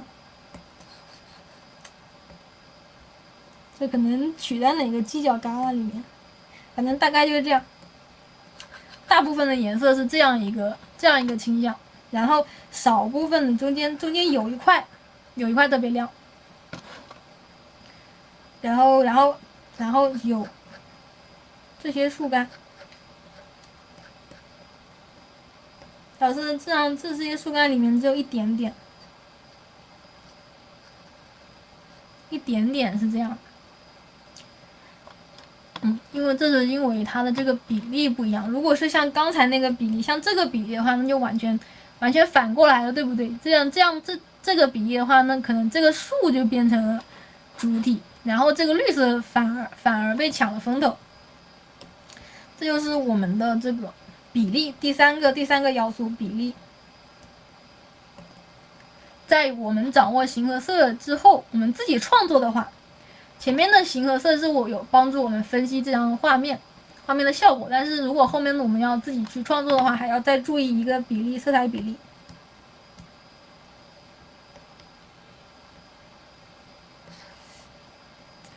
在哪里？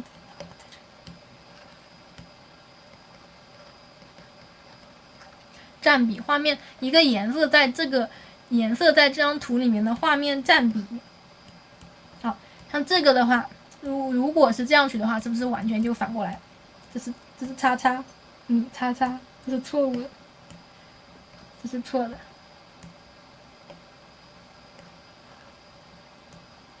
这张这个选法是错误的。好，还是刚才这个，像刚才这个还有一个，那么说完最后一点，说完最后一个影响因素，那么我们就可以发现刚才这些图片里面，除了形和色，因为你这张图片你是在分析他们的图片，不是你自己创作，所以你无意识的就把它这个形状比例按照原来的图片去分布了，所以它看起来感觉还可以，对不对？但是如果我们自己去创作的话，我们可能还会涉及到一个就是怎么安排这个画面颜色分布的问题。可能如果像刚才那样，我把这个红色画的很多，然后这个蓝色这个灰色这个形状画的和它不一样，把这个红色画更多，那么这两幅画的感觉是不是完全就变了，完全就不一样了？如果说你有的时候你的这个分布是挺好看的，但是如果你感觉画面怪怪的话，你就可以再去考虑一下是不是这个比例，感觉画面不太一样的话，你是不是考虑一下这个比例和占比是不是有点问题？像这张也是，这张虽然我只画两个坨坨，只画2个色块，中间这个什么细节都没画，但是我们把它的占比大概还原出来了，所以你还是可以一眼看出来这张图片画的是这个，对不对？好，然后还有像刚才这个也是，刚才你看这边这个，它是这个刚才这个是画的是这个雪地，然后这个是分析的天空啊，别搞混。这块是这个，这块是这里的天空的这个分析，然后这个是这个是地面，这两个不一样。然后是这个云，为什么这个云其实我们仔细看的话，它不仅是这个颜色的颜色的分布不一样，不仅是颜色的分布和云去分析出它的颜色分布，也分析出它的颜色占比。比如说它的这个红色这块背景里面的红色占比和黑色占比，暗色占比，是不是一大半都是这个天空的颜色？然后后面背景的这块灰色的背景只占了一点点，对吧？所以你感觉一下，你看出来这块的颜色是这个天空的，是在分析这个天空，不是在分析这个地面，对吧？但是如果我改变一下它的占比的话，你可能就看不出来了，可能就会感觉很奇怪，不太像。如果是这样的。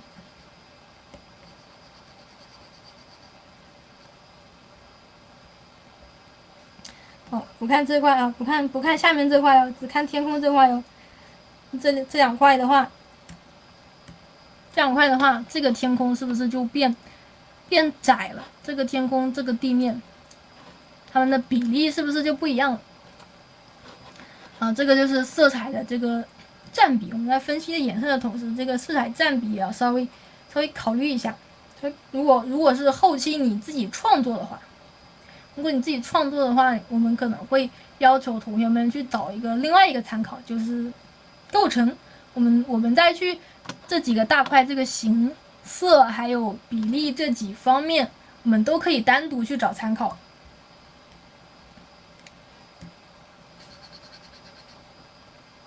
你都需要单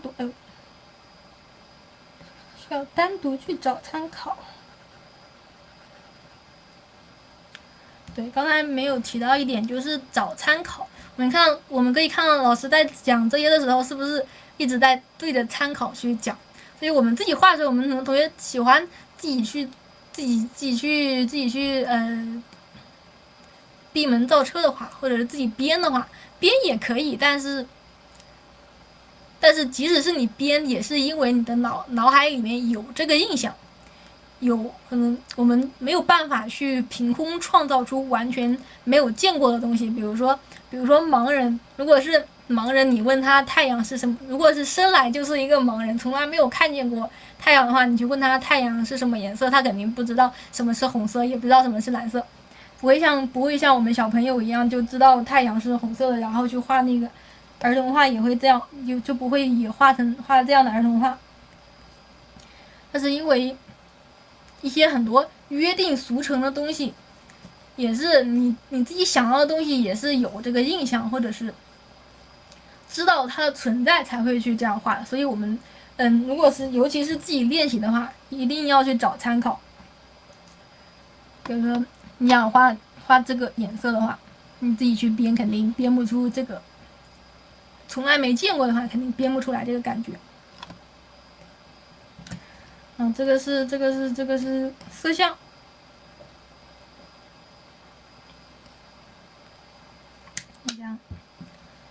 色相3个点，再回忆一下。第一个是整体的色相，大的色相；第二个是对比，用对比去表现这个颜色；第三个就是色彩占比，这个色彩占比和它的形状。这是这要讲。然后是纯度。刚才我们可能是粗略的去画一下。哎呦，讲慢了，会快一点。刚才我们可能是粗略的去分析它的这个色块，对不对？你可以看到，即使是这个稍微仔细分析了它的这个颜色，但是也是画这个大概的。我让同学们画的是感觉。那么我们有的同学说，老师我感觉不出来。我如果有了基础不好的同学，或者是刚接触的同学，可能有的这样画不出来的话，那么这个时候我们就要补充知识点，继续补充知识点的纯度。刚才讲色相对不对？那么我们在能掌握色相的之后，我们可以再去看一下纯度。好，如果说这个色相是基本的这个，让我找一下，等一下，在这。如果色相是血条的话，就是你有颜色，有，你不是黑白的，你有这个颜色，才可以去画这个颜色，对吧？它是基础的基础，是你打的地基，所以它相当于血条。如果你没有颜色，那么你这幅画是不是就嘎了，就死翘翘了？所以颜色是最基本的东西，是你维持生命的一个，维持这幅画生命的最基本的东西。那么下一个就是还是这些图片，魔法攻击。那么有颜色不行，你还得好看，你还得丰富，让它丰富起来，对吧？那么就是纯度 HSBS 纯度。我们刚才可以看到，刚才我们在画这张图的时候，刚才我在画的时候，是不是说过颜色往右上角去取的话，往右上角取颜色会更鲜艳？为什么呢？因为它颜色不仅亮，还纯度还高，纯度会高。我们可以看到，同样是红色，刚才我们是说红色相对比会让它的颜色相对有相对冷暖。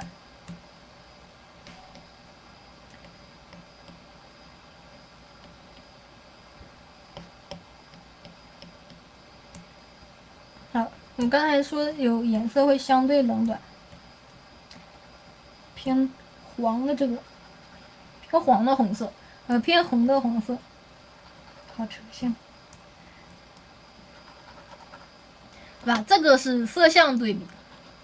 但是这个很明显，什么纯度对比？你有没有感觉？颜色饱和度变比较低的颜色，它颜色会偏冷偏蓝，和这个不同。这个是色相它有相对冷暖，会和这个红色和这个红色和这个红色比呢，这个红色会相对偏冷一点，偏蓝一点，对吧？但是这个时候我们去改变纯度的时候，我们的颜色也会偏冷。偏蓝，变看着很像蓝色，对吧？这个时候就是纯度的变化，也会让这个颜色偏蓝。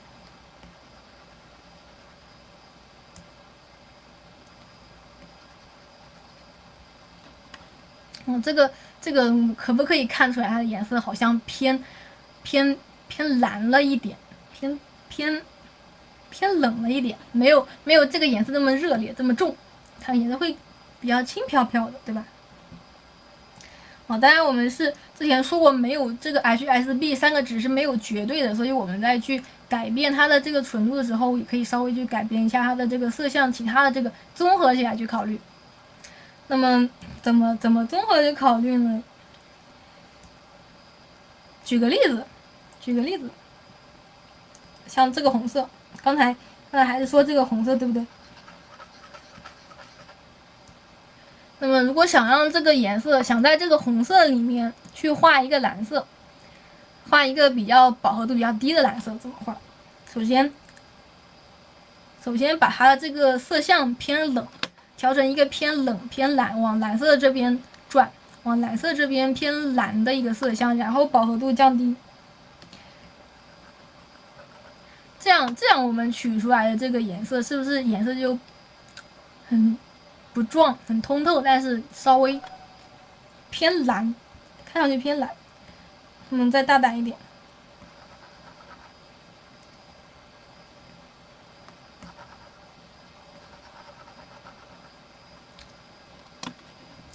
这个颜色是不是虽然还是红色，但是你是不是感觉这个颜色更像是紫色，在紫色或者蓝色里面去取的？我们去看一下这个颜色，在这个红色的对比下，是不是感觉这块颜色可能更像是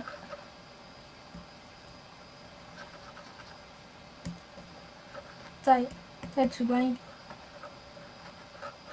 是不是感觉这块颜色像是蓝灰色或者是蓝紫色？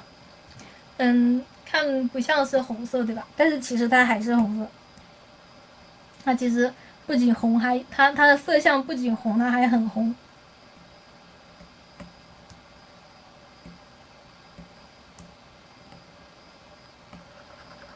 好，稍微颜色饱和度变高一点，它要变回来了。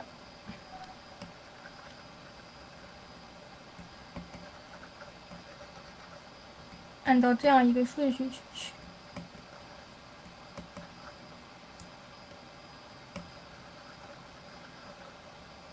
你可以看，虽然这个颜色感觉这个颜色五颜六色，但是实际上它都是在这一块去取。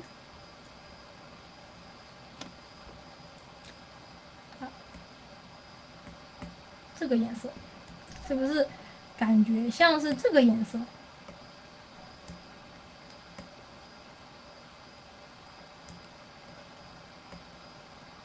诶，你是不是感觉你闭上眼睛看，或者仔细看一下，是不是感觉这个颜色有点像这个颜色？这里我们这一块这个颜色，你把它单独拉出来去找的话，可能会受到没有周围的颜色增色的影响的话，它会可能会更像是蓝绿色这个地方取出来的颜色。其实这个也是涉及到一个知识点，就是增色和消色。好，但是实际上它是什么颜色？是这个颜色。和这两个颜色比起来，哪一个更像是这个颜色？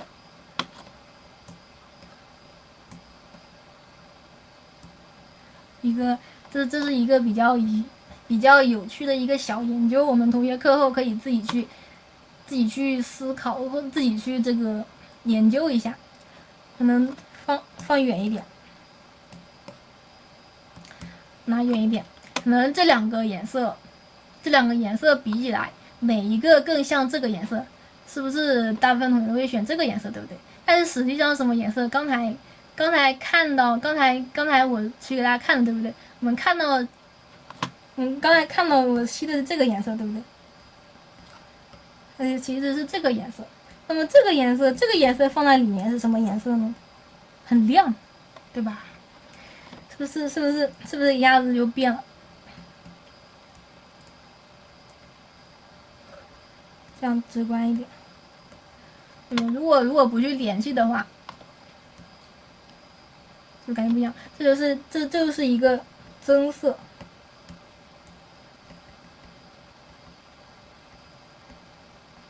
两个颜色之间互相会影响的，就是比如说老师排座位的时候，会喜欢让成绩好的同学和成绩一般的同学坐在一起，让成绩好的同学去互相帮助带带他，帮助他提高成绩。那么我们这个红色这个时候他就是成绩好的同学，然后这个蓝色就是成绩一般般的同学。那么如果想让它的颜色，想让这个红色更红，那么就是让我们这个颜色，这个红色之间互相拉开对比，它们都是红色。那么这个红色更红的话，那这个颜色相对衬托它就会把它衬托的比较弱，对不对？让它的颜色更加像蓝色。斯密马赛萧瑟。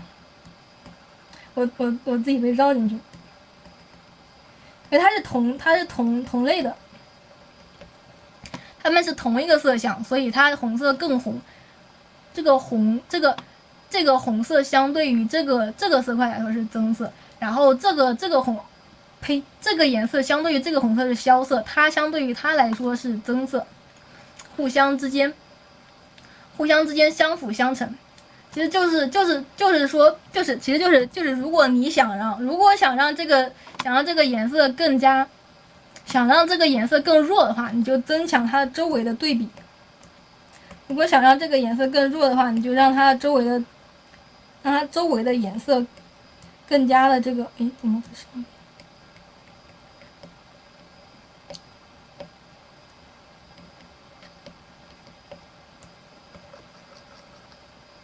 增加它的饱和度，那么这个颜色就弱下来了。如果你想让它的颜色更强的话，怎么强？这个已经很弱，我们用一个中等的颜色来看，用一个中等的颜色。如果你想让这个颜色，的这个让这个颜色更加的这个鲜艳，你可以通过对比，这样的话，这个颜色看起来是不是更鲜艳？这就是它的增色，这颜色更鲜艳。我想让它的颜色更加让盖过它的光芒，那饱和度增高一点。这样的话，它颜色是不是就变浅了？这个是它的萧色。然后这个像这张也是，这张反过来，这张是蓝色的话，这样蓝色更直观一点。这张颜色是什么颜色？这张颜色是什么？看上去是红色，对不对？但其实它是紫色。你会感觉这个颜色和这个颜色很像，对吧？但其实它们两个颜色完全不同哦。仔细看会发现这两个颜色完全不一样，就是因为这个颜色在这个蓝色的这个颜色在这个蓝色的衬托下，它的颜色更加的往这边偏。这个我们在实践中大概了解一下，有这个灰唇对比，我们后面会深入了解，这个就是灰唇对比的一个基本的逻辑，就是通过灰唇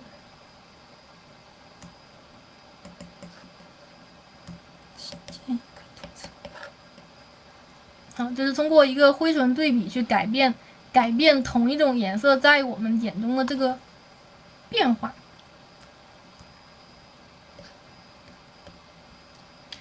好，刚才分析的这个颜色，这个红色逐渐颜色变低，它的颜色是不是偏冷？颜色变冷。这个也是，这个差不多是一个这个饱和度会这样逐渐增高。这个颜色是这个裙子的颜色，然后这个颜色是这个的颜色，然后像这个背景，这个取的是背景的颜色，背景颜色是逐渐由这个蓝色向黄色去取。那么如果想要我们去分析这个颜色的时候，比如说这个颜色，大概背景这个颜色，对吧？如果是我们来把背景的颜色还原一下的话，上面的颜色明显会更蓝一点，对吧？那么就把它饱和度增高一点，这样看上去它上面的颜色是不是更蓝？更鲜艳一点。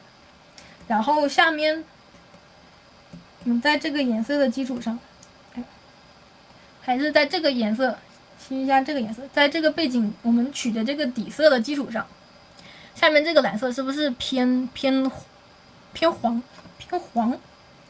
那么偏黄怎么办？饱和度降低，然后色相稍微往这个黄色偏一点点。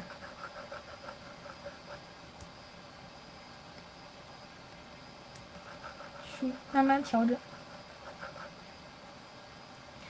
这个是不是差不多？感觉有点像。好，下面再慢慢的去调整。就是饱和度和这个色相它们之间会互相的有一个增减，互相影响，相对的。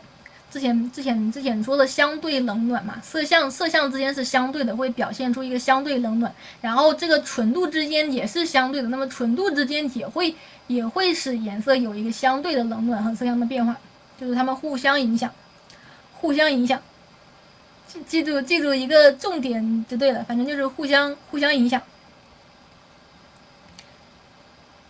这个颜色。这个也是，这个取的是地板的颜色，然后这个是上面这个颜色。我们可以看到它之间的这个复杂的明暗变化，复杂的颜色变化，除了色相变化之外，还有这个纯度的变化。那这个也是，这个很明显，这个就是又灰，这个颜色会比较灰，比较暗，然后这个颜色呢就比较亮，你饱和度也稍微高一点。然后这个也很明显，这个颜色会稍微的偏，这个颜色会偏灰紫灰色，颜色渐渐的饱和度渐渐降低。这个颜色，这个就是不仅是色相，饱和度也在变化，它们之间都是互相影响的。这个也是，这个取的是天空的这个两个颜色，然后这个是后面背景之间有丰富的颜色变化。如果把它们缩小的话，你会发现这块缩小的话，你仔细看它之间就有丰富的颜色变化。缩小的话，它大概的颜色整体的颜色是偏暗的，对吧？就是我们色相之间也会有变化。那么最重要的一点来了，前面讲了这么多，还有一个比较重要的点就是明度。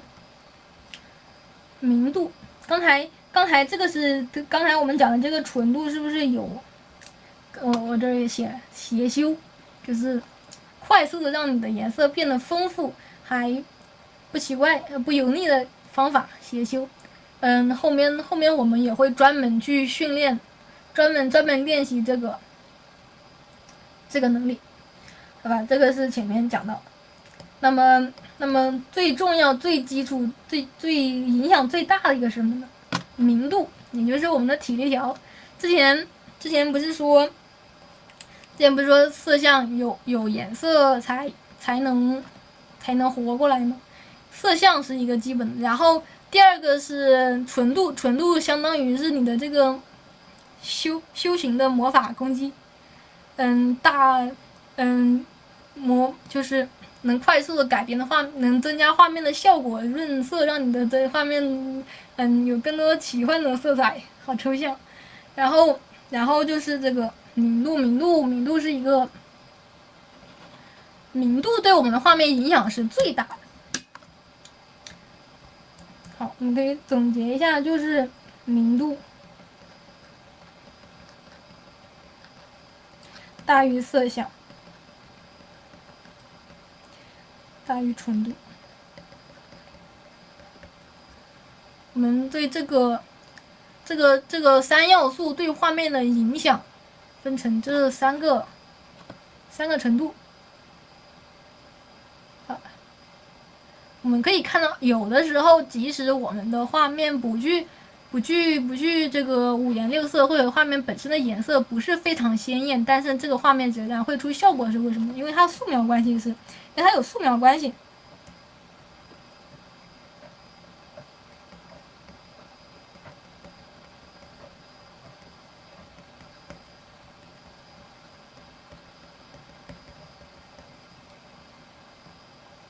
比如说像这张图片，我们把这张图片概括成黑白关系的话，还是有原来的那个感觉，但是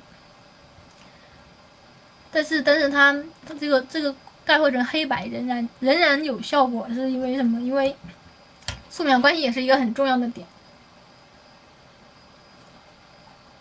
我们一张图片，要么就是色彩鲜艳或者色彩比较出彩，要么就是黑白关系比较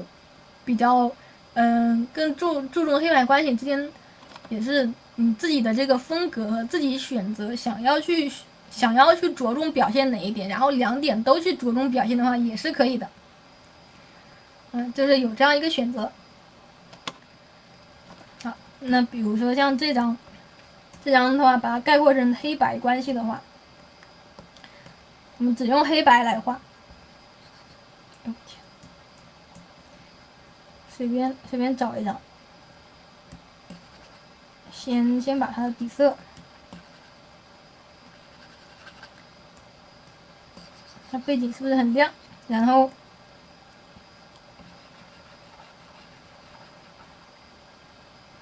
后渐渐的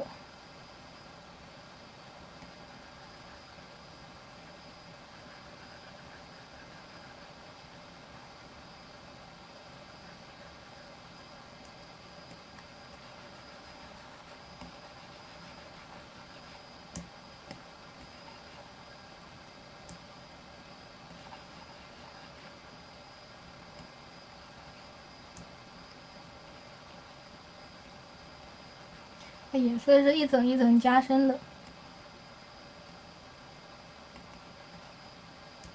然后最深的颜色，最深的这个岩石。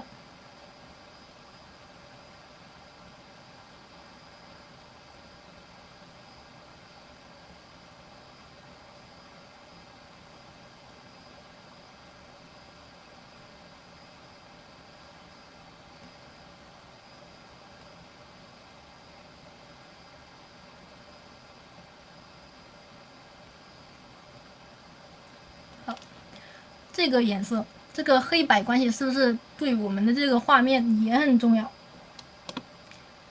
啊，这个就是这个是明度。虽然明度很简单，它反正就是黑白关系正确就行，对吧？但是它虽然很简单呢，它是一个最重要的一个点。好，这就是我们今天给大家介绍这个黑白色彩三要素色相，也就是这个色相、纯度和明度三个点。看一下要拖堂了，还有5分钟。那么我们剩下的时间讲一下做今天的作业，给大家示范几个作业。好，那么我们今天讲这么多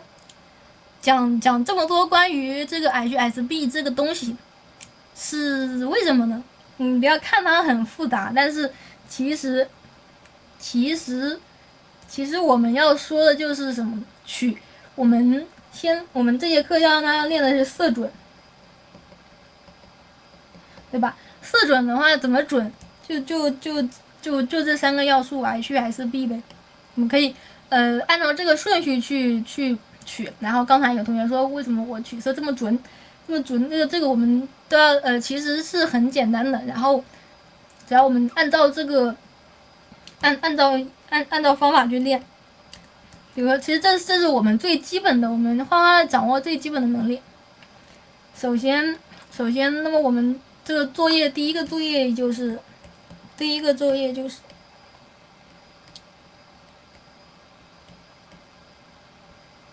这张图片，我们应该可以看到，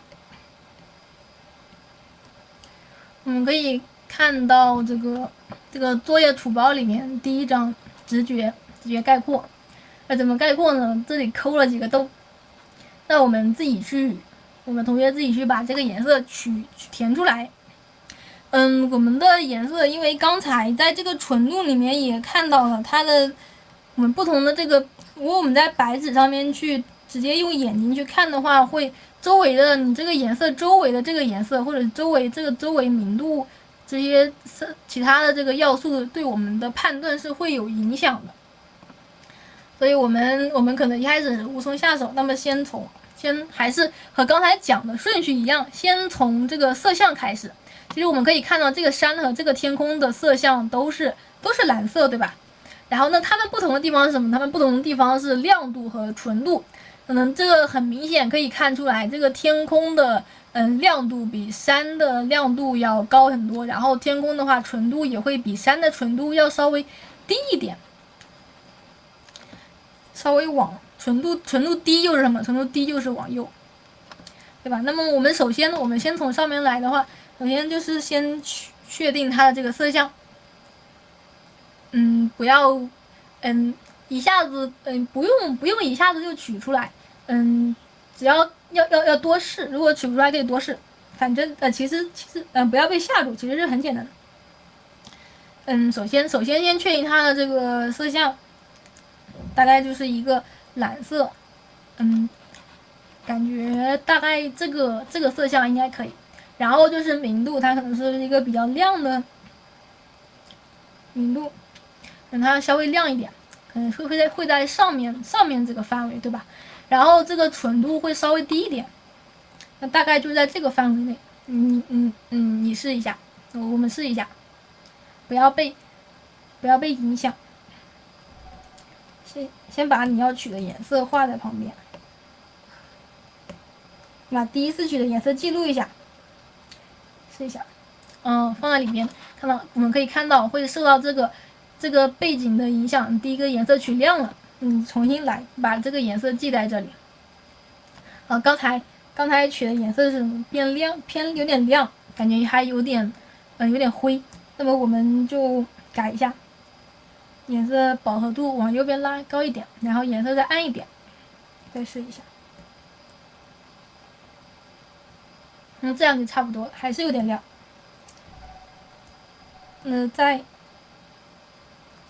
再暗一点。很像。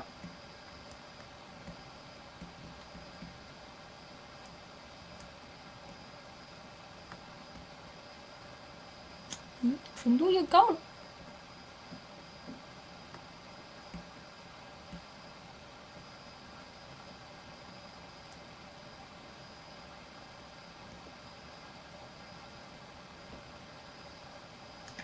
这样就差不多。然后是这个很明显，和上面和这个比起来，它的颜色会更深一点，对吧？明度更深一点，然后纯度也会高一点，色相的话可能还会更蓝一点。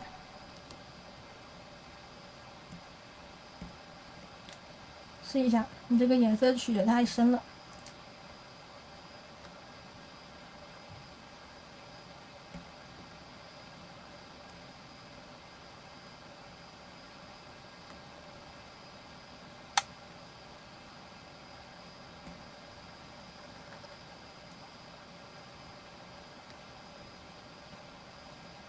这就差不多了，可以把这个颜色再补上。好，然后是这个颜色，这个颜色是什么偏？这个首先色相很明显是绿色，对吧？绿色。然后我感觉它的明度会再低一点，然后纯度也可以再低一点试试，纯度还是高了。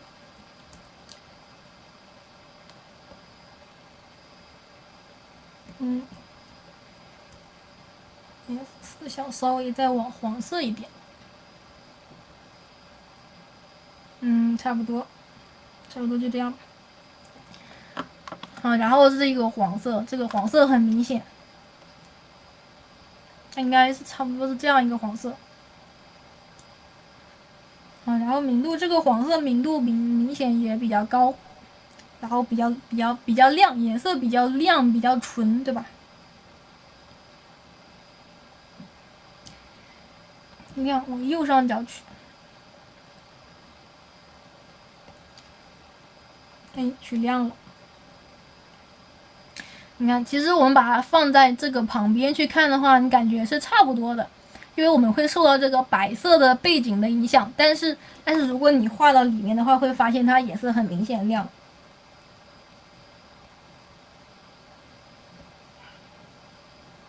这样就有点像。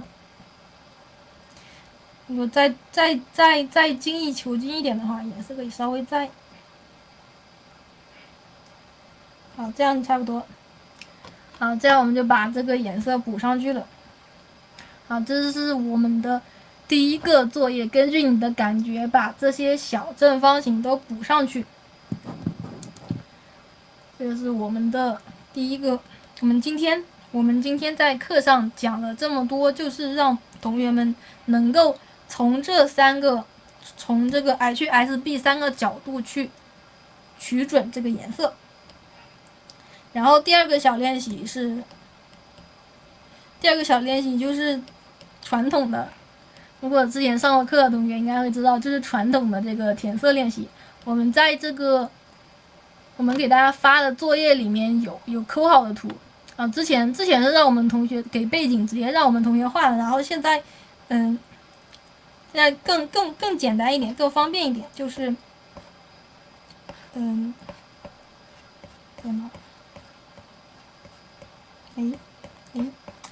突然找不到了，找到哪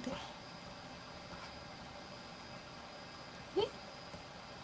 我图呢？我们给同学的图是这样子的，然后我把这个颜色抠下来的，让我们同学去我们同学去把它填上去，把它填上去。刚才的练习是让我们同学去取这一小块颜色，对不对？然后这个颜色，这个和刚才那个不同在哪里呢？这个你要概括，因为你会发现它中间会有很多细节的颜色变化，比如会受到它细节的影响，比如像这个，你感觉这里有点蓝，这里还有黑色的块块，这里还有这个，不要被影响。你首先我们把这个颜色选出来。这个时候就刚才用到的自动，刚才框选的时候不是有提到过自动吗？这个时候你就可以直接用自动把这个颜色框出来。好，把这个颜色框出来，然后直接在这个颜色里面去。因为我给大家图，这张图是抠好图层的，但是我给大家图是一张图片，是一整张图片，所以，所以我们同学用这个，我给大家图是这样的，大家收到的图应该是这个样子的。这个时候我们直接选区就行，选不了吗？可以选区就行，直接把这些选上来。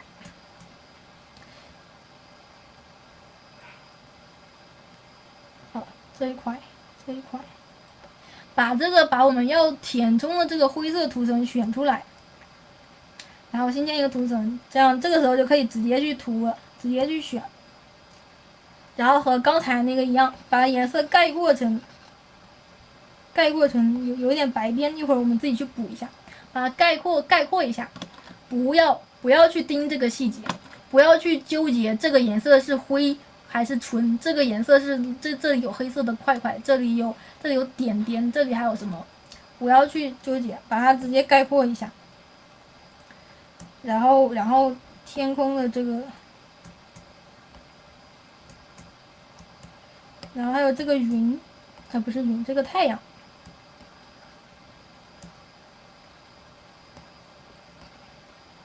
大概这个样子，把它概括一下，这个也是。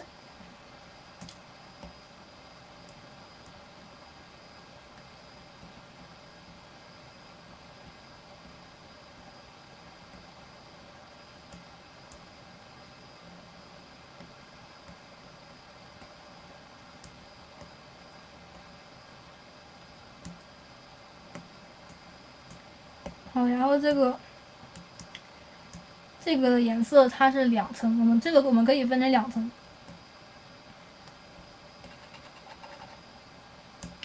首先是色相是一个偏绿的蓝色，然后中间有一层比较暗的，差不多。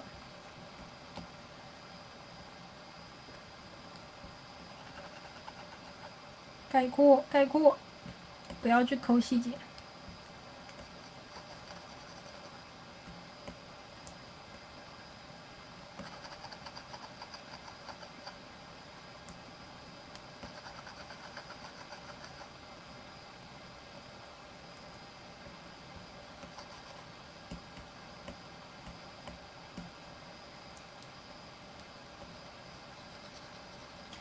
如果我们同学也可以再进一步，把这里的这个小山峰，如果你基础好的话，你可以把这个小山峰也画上去。其实这个小山峰就可以用到结合一下灰唇和色相。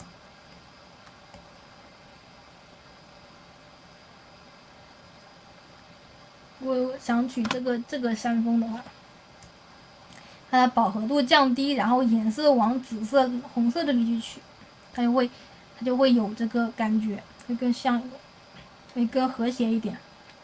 如果基础好的同学可以去更深入的去增加这个细节。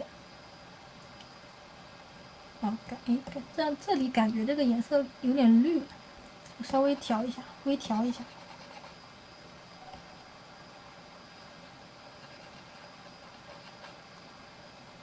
差不多。好，然后是这个选区，把这个山选上，可以稍微选的密一点。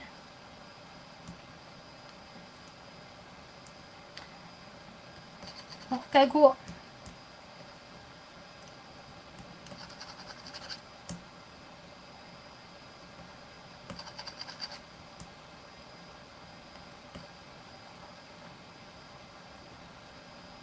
其实概括成这样就可以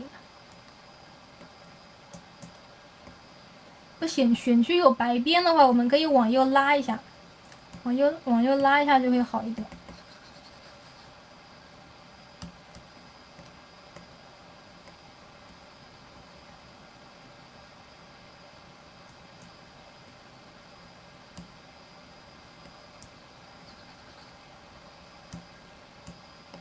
选区的白边，往右拉一点，或者你后面直接手动去把它补一下也可以。像这个不好，这个不好调，你就手动的把它补一下。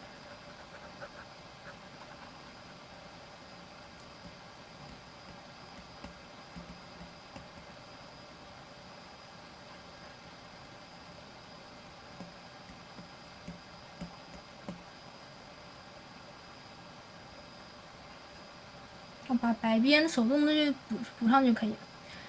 好，这是第二个射准练习，把它概括出来，千万不要去纠结这个感觉，你把它感觉还原一下，因为你看，你即使不去画这些细节，你还是能感觉出来还是能知道它是你画的是哪张图片，对吧？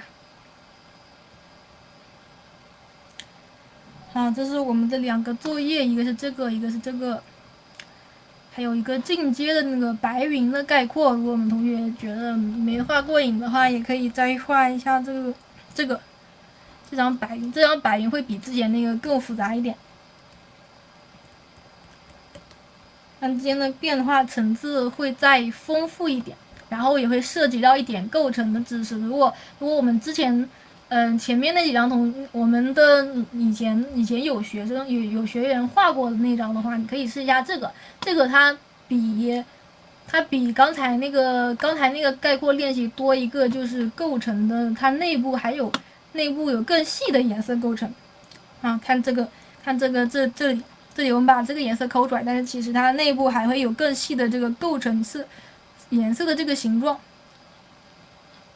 还有这个更细的形状构成，比较稍微更丰富的这个色彩变化。但是一定要注意我们的画的时候，这个主要就是把我们的层次要理清。我们可以看到这里其实很多复杂的这个小的这个云，但是我们只要把它大形状概括的稍微看着顺眼，怎么样顺眼？就是可以运用一点色彩构成的这个知识，画好看。总之最重要的一点就是好看，要让它的形状和这个颜色好看。这是今天我们的这个作业，一个是把这个小正方形补上，还有一个是把这个灰色的补上。这个补这个的话，就会比之前那个补小正方形多一个你对整体颜色的概括和把握。我们要心无旁骛，不要去考虑这些东西。你可以把它缩小，或者眯上眼睛，或者是虚化呀什么什么，把它最重要的地方、最重要的颜色、最大的颜色概括出来。然后这个也是概括，但是它会涉及到的知识点会更多一点。如果你想全画的话也可以。然后我们第一节课的作业写完，先不要交，我们到时候和第2节课的作业一起。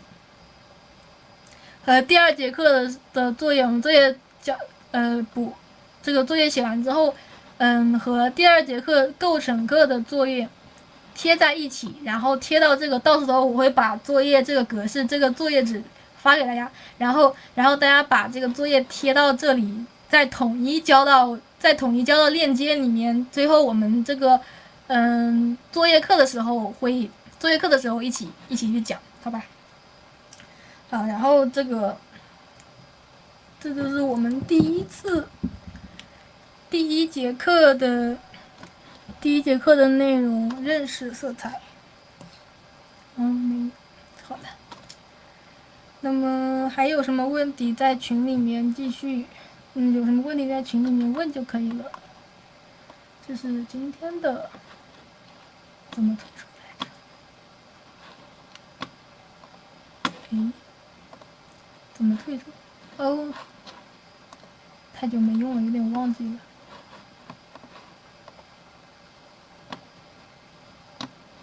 啊，